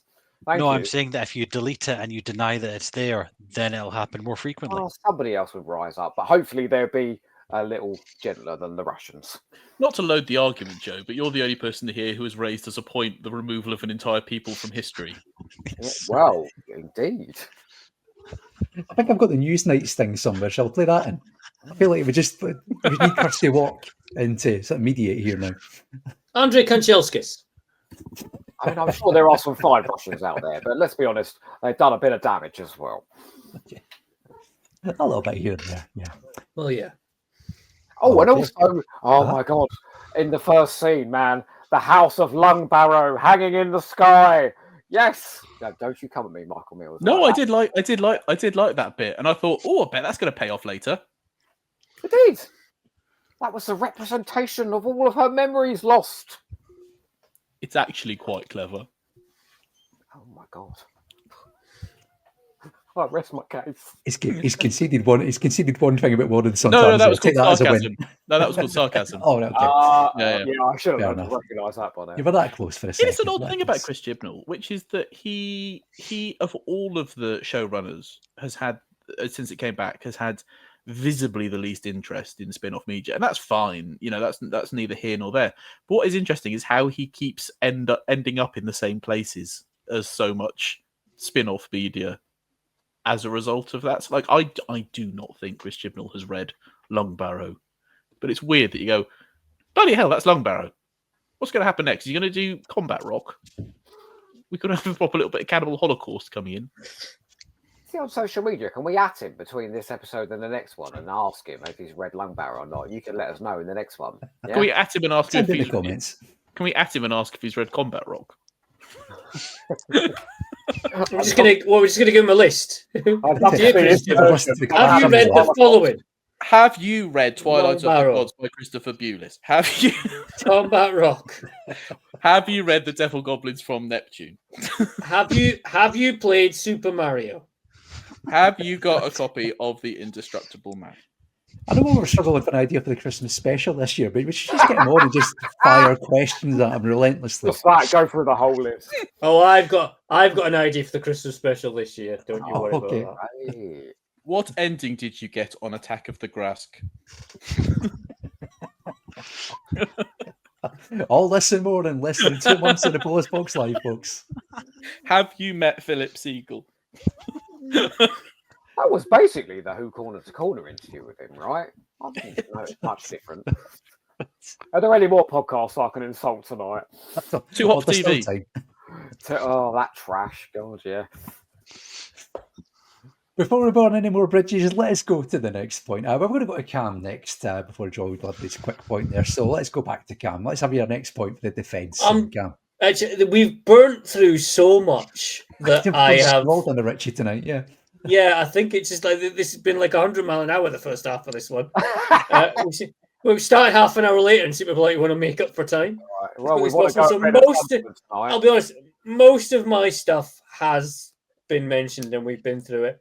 I've already mentioned how it's the best Sontaran story. Joe's mentioned Jodie Whittaker's performance, which I think is really bloody good. The split between the need to continue the story as a whole across the series with Jazz's parts. I like Dan, and I like the interactions with his family in this. I think they work really, really well. It's very tongue in cheek. It balances. I found it rather interesting in the fact that it's a kind of comical thing that he's walking around a base at night with with a wok. And then, which is funny, and I find that funny. But then it balances very much with the travesty of executions that are going on by gunfire. But one doesn't seem to override the other. They emphasize each other. The comedy makes the tragedy even more. The tragic parts make the comedy parts even funnier. So yeah, there's not much. And the first point I had on the top of my list is probably something I can mention now, is the fact that I was struggling to think of, and there's probably loads, and I'm just missing them, Doctor Who stories that aren't set in a direct history as we know it, but are set in a historical setting that has changed as a result of something. I couldn't think of another one bar this. But then I'm probably going to get absolutely bombarded by at least 10 that I've, missed out. It's a fair point, because it's something that actually Doctor Who spin-offs do a heck of a lot. Like Big Finish and the books and the comics do it all the time. But you're right, actually. Parallel universes in general are one of those things that don't happen. The Wedding of River Song is sort of a different thing, isn't it? But it's like taking a parallel universe. It's usually paralleling our time now, isn't it? Like in the Cyberman two-parter. I suppose on a lesser Sorry, Cam. Sorry, just a quick one. I was just going to say, Daniel Ronsley's mentioned in the comments, Dave the Daleks. Not historical. Daniel. It's from the point of view of the time travellers. Yeah. And around about sort of way, it's historical. And it does open from the point of view of the time travellers, so you could make that argument. Well done, Daniel. It's a lesser kind of in scope, but maybe Devil's Cord. Yeah. Alternative Beatles. When they, here's the Beatles, but shit. It's just like, so Freddie the Dreamer. We call them the Rolling Stones. Yes. I'm picking up the fight now. But obviously that's not got quite the scope of the Crimean War. What's the line again, Michael? We're not four fools from Liverpool. We're not. What's great about the Devil's Cord is then when you get the Beatles bit in the song at the end, where music is meant to have returned, and the lyrics are somehow even worse. We were better off without it. Honestly, can we just maybe carry on as we were, please? Most of the lyrics of that song are la la la la la la la. I mean, how long did it take him to think that up? It's got that series has a lot of songs for a writer and a composer, neither of whom are natural lyricists. I suppose you could say that in this episode's favour. It doesn't have a Murray Gold song in it. It'd be quite fun if it had a little song. What would the song be? Yeah. Well, we've had a few suggested. Sontar, ha, ha, ha, ha. Hi ho, it's off to war we go. I mean, well, I think Daniel Rons has got the answer to that question, because it says, to the tune of Tetris, I am the Sontaran who arranges the blocks that continue to fall on me from up above. They fall down and I spin them around, and they fit in the ground like hand in glove. It's basically poetry. Very good. Oh yeah, he's not even on this. Good. Wait a minute, I don't. We've done.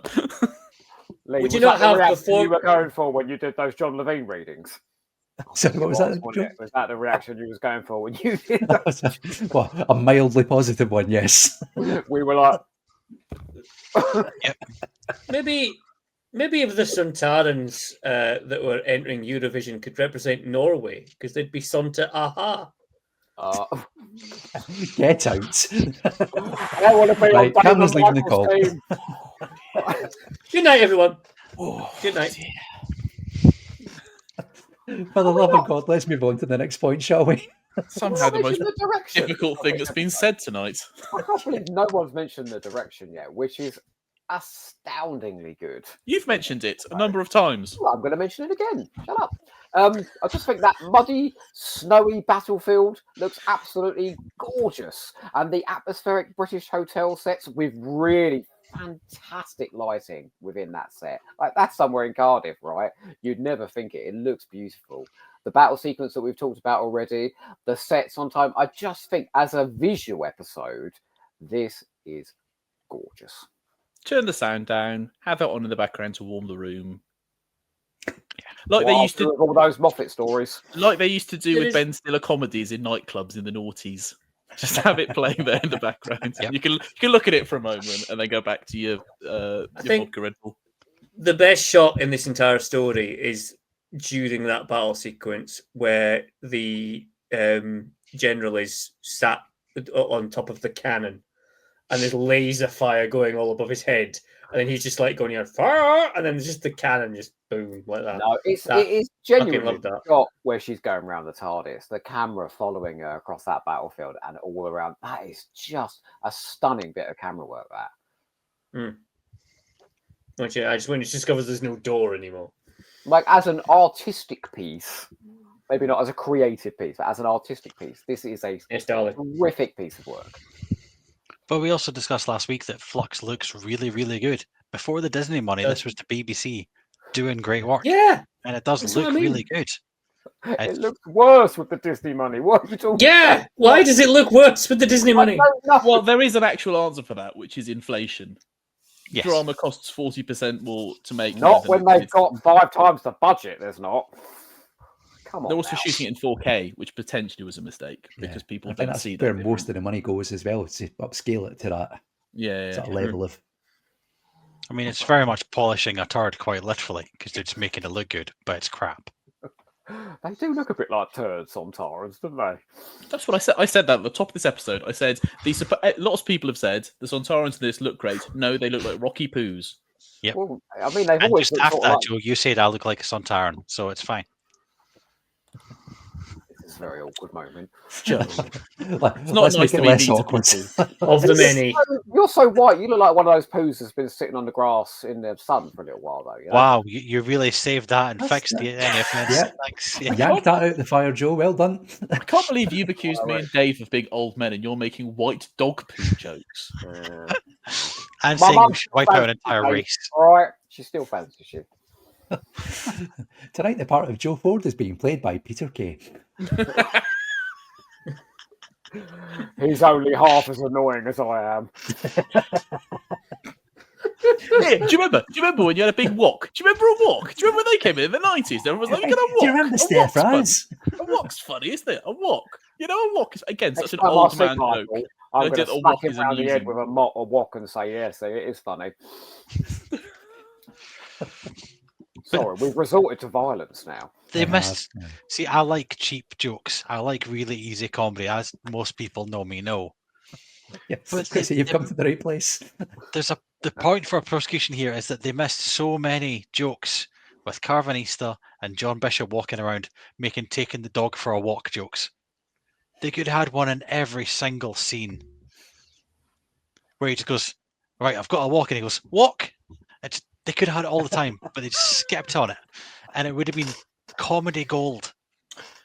Somehow you're going to make the comedy even worse in this episode, Dave. Well done. I would like to recuse myself from this case. I ask the judge to release me.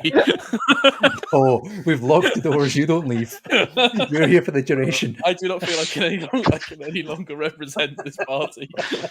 Hey, there's no walking away. Oh, Christ. Imagine the horror of Michael. We see that movie that David Tennant and Billy Piper were going to be in, and Dave's name's on the script.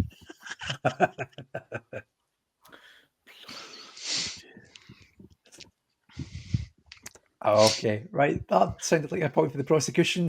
Dave, was it? That was it. Yeah. Okay. Nothing more to add. Okay. Wow, they've really run out of things to say, haven't they? We They missed an opportunity for comedy. That dial is swinging back in favour. Yeah. All of these hard words. We taught people to hate Dave. Well, let's put that to the test and see how much they do hate this episode. We will reveal the results very, very shortly, but let's have the summings up first before we round off the polls. So let's go back the opposite round. Joe, do you want to give us your summing up as to why War of the Sontarans is not guilty of crimes against Doctor Who, please? Oh, well, it's just fun, isn't it? Great fun. No. War of the Sontarans, I think it is one of Jodie Whittaker's best performances and her best characterization. I love the fact that there are so many different types of women in this as well. But so many women in the Chibnall era. It's something to be celebrated. And we've got the Doctor and Yaz and Azure and Dan's mother. I know she don't get a name, but she's still fabulous. And Mary Seacole. I just think it's really wonderful how we celebrate, especially women in history. And this is doing another great job of it. I think there's enough there for you to see what Mary Seacole actually did in history to plant the seed and then go looking for the rest, which is what Doctor Who always did back in the Hartnell era. It gave you enough, so then you go looking. It is packed full of great set pieces. It is visually sumptuous. I love all the stuff on time, and I love the stuff in Liverpool as well. But neither of those scenes hold a candle to the stuff in the Crimea, which I think is some of the most dynamic looking Doctor Who that we've ever had before. It does bring back the Sontarans in massive style. They are very funny. They are a genuinely threatening force in that they murder hundreds of people in this, execute people in cold blood. I mean, they are monstrous, but they're also fucking stupid as well, which is exactly the line that you should toe with the Sontarans. It's just wonderful, this. It's full of energy. It's full of colour. It's full of jokes. It is as entertaining, I think, an episode of the new series as you're going to see in the last, wait for it, 10 years, including all of the Moffat era. Yeah, it's glorious. Please vote for War of the Sontarans. You love fun, even if Michael Mills doesn't. I'm just writing down the phrase, so many different types of women. So right. Women come in so many types. So many types of women. Fabulous. Dave, do you want to give us your summing up as to why War of the Sontarans is guilty of crimes against Doctor Who, please? It's guilty because this could be great. It's the Sontarans, you've got real historical characters, you've got the Crimean War, but we don't get that. We get a fractured bunch of trailers and a circus sideshow, which has got face paints, scary clowns, and a bunch of smoke and mirrors. We get Doctor Light episodes sometimes, like Blink, where the Doctor wasn't in it, and we get Doctor Heavy episodes where it's all the Doctor. This is the worst of both worlds, because everyone's in it, but nobody is the focal point of the story. It's centered on nobody. And it could be argued that that's a deliberate technique, so we get the same feeling the Doctor has, that it's all fractured and broken and confused. But that would be a bollocks argument, and it's not true. I get asked by my wife what episode we are doing, and I can usually describe it in a couple of sentences. But it's hard to do with this, because the main story of Sontarans and Crimea, by the end that feels almost like a sideshow, which the main story shouldn't. We've got the companions doing very little, but they're on screen most of the time. We've got, again, the stunt casting in Liverpool of the only two other Scouse actors most people know about. We've got Vinder being wandering about confused, which takes away from Yaz, because that's what she does every episode. And we've got the Doctor running around trying to fix things by eventually, for a change, using the sonic screwdriver to change the rota on an Excel spreadsheet so everyone else goes to sleep. And for all those reasons, this is guilty of crimes against Doctor Who. You will eat those words about Yaz, Dave. And you'll choke on them too. Right then, Cam, your turn. Let's have your summing up as to why War of the Sontarans is not guilty of crimes against Doctor Who, please. I've mentioned and recapped all my points not long ago. So what I'll say as part of my summing up is a thought I had when I watched this for the second time. I haven't seen this since it was broadcast. If we were to do like a Doctor Who feature-length movie, and it was like 90 minutes, 90 to 100 minutes, I would take this story as a basis. You know, if this didn't exist as a TV show and you wanted to do a movie, Doctor Who, Sontarans in the Crimea would be a fantastic Doctor Who movie, and this how this looks would be superb as well. So for the fact it would qualify as a Doctor Who movie, yep, not guilty. Okay. And last but not least, Michael, do you want to give us your summing up as to why War of the Sontarans is guilty of crimes against Doctor Who, please? I'm not angry, and I take no pleasure in condemning War of the Sontarans for its crimes against Doctor Who. Chris Chibnall, known to the court as Chibbers, has so many great ideas. And the thing is, the defense have laid out individual things about this episode that are enjoyable. Jodie Whittaker's performance, the transitions, those bits between the scenes, perfect. The little bits in between the scenes that we're asked to pay attention to, magnificent stuff. I think they're fantastic. It's a shame then that we have to watch the following scenes. But the problem is none of it holds together. None of it coheres. There are so many little bits that have been put down on the map, and then Chris Chibnall's just been asked, like a writing exercise, to join them all together and to say what happens. But they didn't put down a resolution bit. So, as Dave says, we'll just adjust the Excel spreadsheet, and the Sontarans, being big on admin, will be so annoyed. Oh, but also we'll just crash a spaceship, and that resets time now. Good, excellent stuff. Moving on to the next episode, which will hold things together even better. I agree with what Dave said. This could have been good. This is why I'm sad, because I want to like War of the Sontarans. Oh, do you know what? When we agreed to do this episode, I thought, oh shit, War of the Sontarans is actually quite enjoyable, isn't it? And I watched it again. I'm glad to say I didn't enjoy it, because for all the reasons that I've laid out. There are lots of good things here. They're just not built into a story, and so fundamentally, it doesn't work as a narrative experience. All the things that I think it's quite telling that so much of the viewer evidence, none of that is a considered consolidated argument about what works about this. It's just lists of things in it that they liked. I liked the viewer evidence is no matter what season they're talking about. Well, again, including viewers, series 10. Next episode, let's pick it up a bit. Huh? Come on, class. Next time. You can't expect that much from the audience, all right?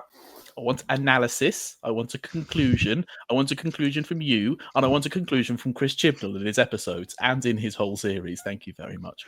War of the Sontarans is nice when you're thinking about it, but then you stick it on iPlayer and you realise, oh, it's just a bunch of stuff, isn't it? If Nick Briggs had written this, and he could have done, this would be seen for the mess it is. There you go. Can I add one more thing? Yes. Can I add one more thing before we go to the go on, the horses? Right. Also, David and All right, Michael Smith. are sexist genocide apologists. Right, cut to the music. Right, we'll do that in just a second. There is still time to vote. So you've heard all the summons up. You've heard all the arguments. It is now down to you, the viewers. So, based on the arguments you've heard tonight, you get to decide whether War of the Sontarans is guilty or not guilty of crimes against Doctor Who. If you've not already done so, tinyurl.com/PBL Sontarans. Scan the QR code in the top right-hand corner of your screen, or clicking the link in the episode description on YouTube. Cast your votes. We're going to close it in just a couple of minutes' time. Once that ticker disappears off screen, vote is closed, and it will all be done. While you're making your mind up, why not just take some of these suggestions for a Spotify playlist you can listen to while you're trying to cast your vote. Suggestions like Walk This Way.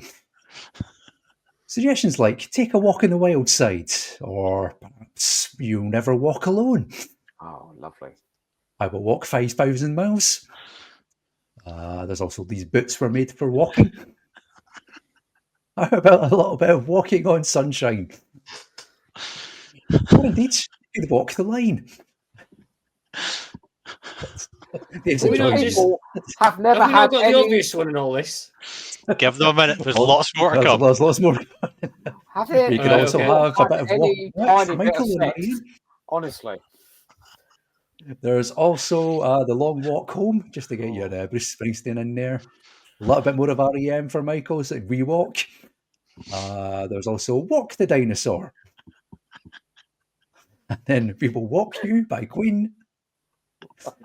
It's only Walk and Roll, but we like it. And I said like 10 sticks for some reason there. And last but not least, rounding off the whole playlist, you can have a Walk Like an Egyptian. There you go. That is half of my hamster guess. You are all cancelled from hamster now with wit like that. They missed the obvious. They missed the obvious. Which was? Walk by Pantera. Nice. I'm losing the walk to live. Dan Holmes maybe good point. It speaks for all of us. What's going on? I'm going for a walk. Will you cut to the music? I'm going to do just that. So let's all go and take a walk. When we come back, we will reveal the results of the poll and find out whether War of the Sontarans is guilty or not guilty of crimes against Doctor Who. We'll see you in just a couple of minutes' time.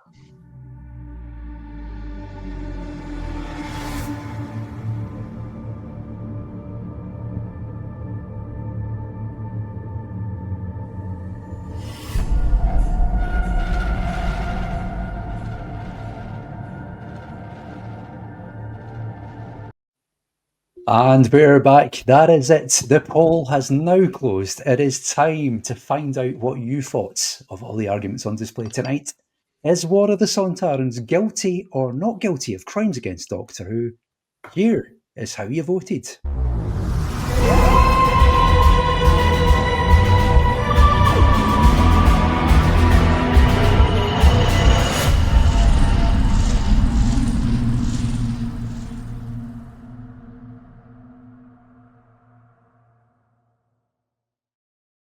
In one of the most one-sided votes we've ever had on the Polis Box, live or otherwise, and War of the Sontarans is not guilty of crimes against Doctor Who by 91% to 9%.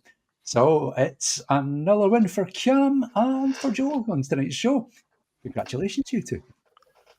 Thank you very much. They're just voting for sense, aren't they? Let's be honest. They have joy in their hearts. That's why. They like walks and catapults. Yeah. You were both 1% away from equaling the highest ever one-sided vote we've ever had in a Polis Box in almost 10 years. What was that? That was Horrifying Rock way back when it was just me and Dave doing this. And that was 92% not guilty. Do you people think this is good as Horror of Fang Rock? Is that the best result since this has gone to YouTube? I think so. It's definitely the most one-sided show. I'm pretty certain it is. There you go. Take that with you. It's time to break out the ukuleles, I guess. Come on, I married a cowgirl. Come on. We have horses, but I don't ride. All together now. Michael, insult some people. You all deserve each other. You wouldn't know art if it kicked you in the face. Get in touch if you want a gangbang. Oh, lovely. I wonder if Chris Chibnall's played Destiny of the Doctors. I get reading Lung Barrow. Oh, there you go, folks. You've heard from the Von Trapp family, and that's it. Yes.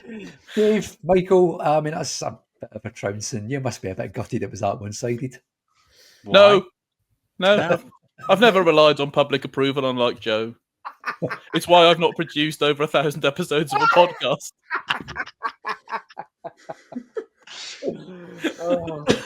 I'm saying nothing. For once.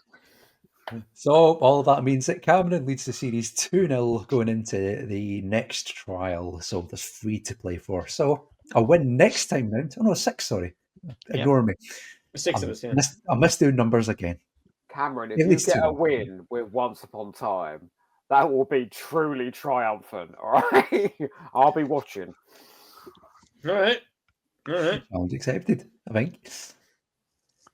Okay, well, there we go. That is War of the Sontarans in the books. Joe, Michael, thanks very much for joining us tonight. It's been a pleasure to have you both on. It's been a lot of fun. Oh, Michael, you may talk. Go on, you talk. Yeah, thanks, I guess. Just what I would say is when you go to bed tonight, just think about it. Just have a second thought. It's in there. It's in there. Before you go to bed tonight, Go and watch it. You know you'll have fun. It is like 10 to 11 at night, though. You know what I mean? Oh, they're in bed already. Jesus. They're not It's just saying that. This is proper Mark Gatiss, the kidnapper stuff. It's 10 to 11 at night. No, we're cutting into their wank time, and we better. Is it all right if we kiss the viewers? How many horse jokes do you need? Bloody walk jokes. Gee, I can't believe you read them all out. We probably shouldn't mention the kidnapper sketch. It does upset some people who have a strange thing about Jill Dando for some reason. We'll not mention names. So, if our viewers haven't experienced you in our platforms, where can they find you? Oh, well, they can find me, annoyingly, on Joe's podcast, talking about Doctor Who books. What are we doing next, Joe? This very weekend, we've got an exciting. We should plug this. Actually, this is good.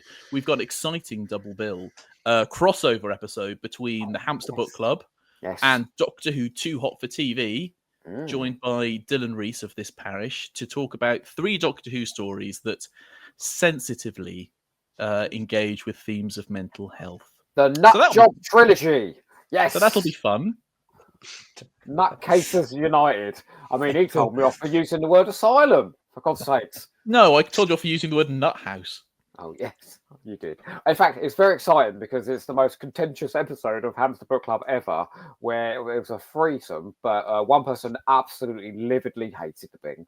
One person enjoyed it greatly, and then one person, like a total wimp, sat in the middle somewhere, although did declare he was never going to read another Doctor Who book again on the back of it. So, yeah, check that out. It's coming this weekend. So I look forward to beating Alan Partridge to the punch with his mental health documentary there. So, what a nice Partridge. Joe, I mean, I imagine most people know where to find you, but remind them of what's it and what you might have coming up soon. Oh, yeah. Oh, thank you. Yes, thanks for the reminder. I mean, where can people find me? Here, most seasons. Good grief. Although, to be fair, Michael, I mean, that was so jolly locking swords with you like that. Not a euphemism, although it could be if you wanted it to be. But last time, you're so rude. Paul Quinn, man, you should have seen him. The deranged things that came out of his mouth when we do Claws of Axos. Please, everyone, go and check out that. I promise you, your life will never be the same again. Pippin Josh, indeed.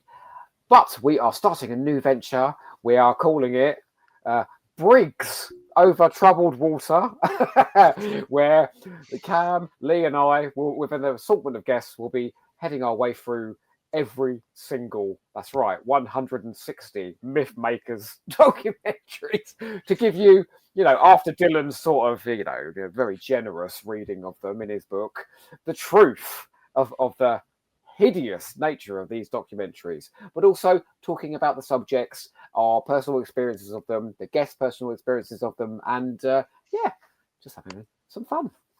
It's going to be great fun. I'm scared. We're starting with Ben Aronovich and his fabulous custard stains. We suspect they're custard. We need them. We need that confirmed. Dylan, if you can confirm. We know the producer. We know the producer. Yes. Yeah, but no, coming soon.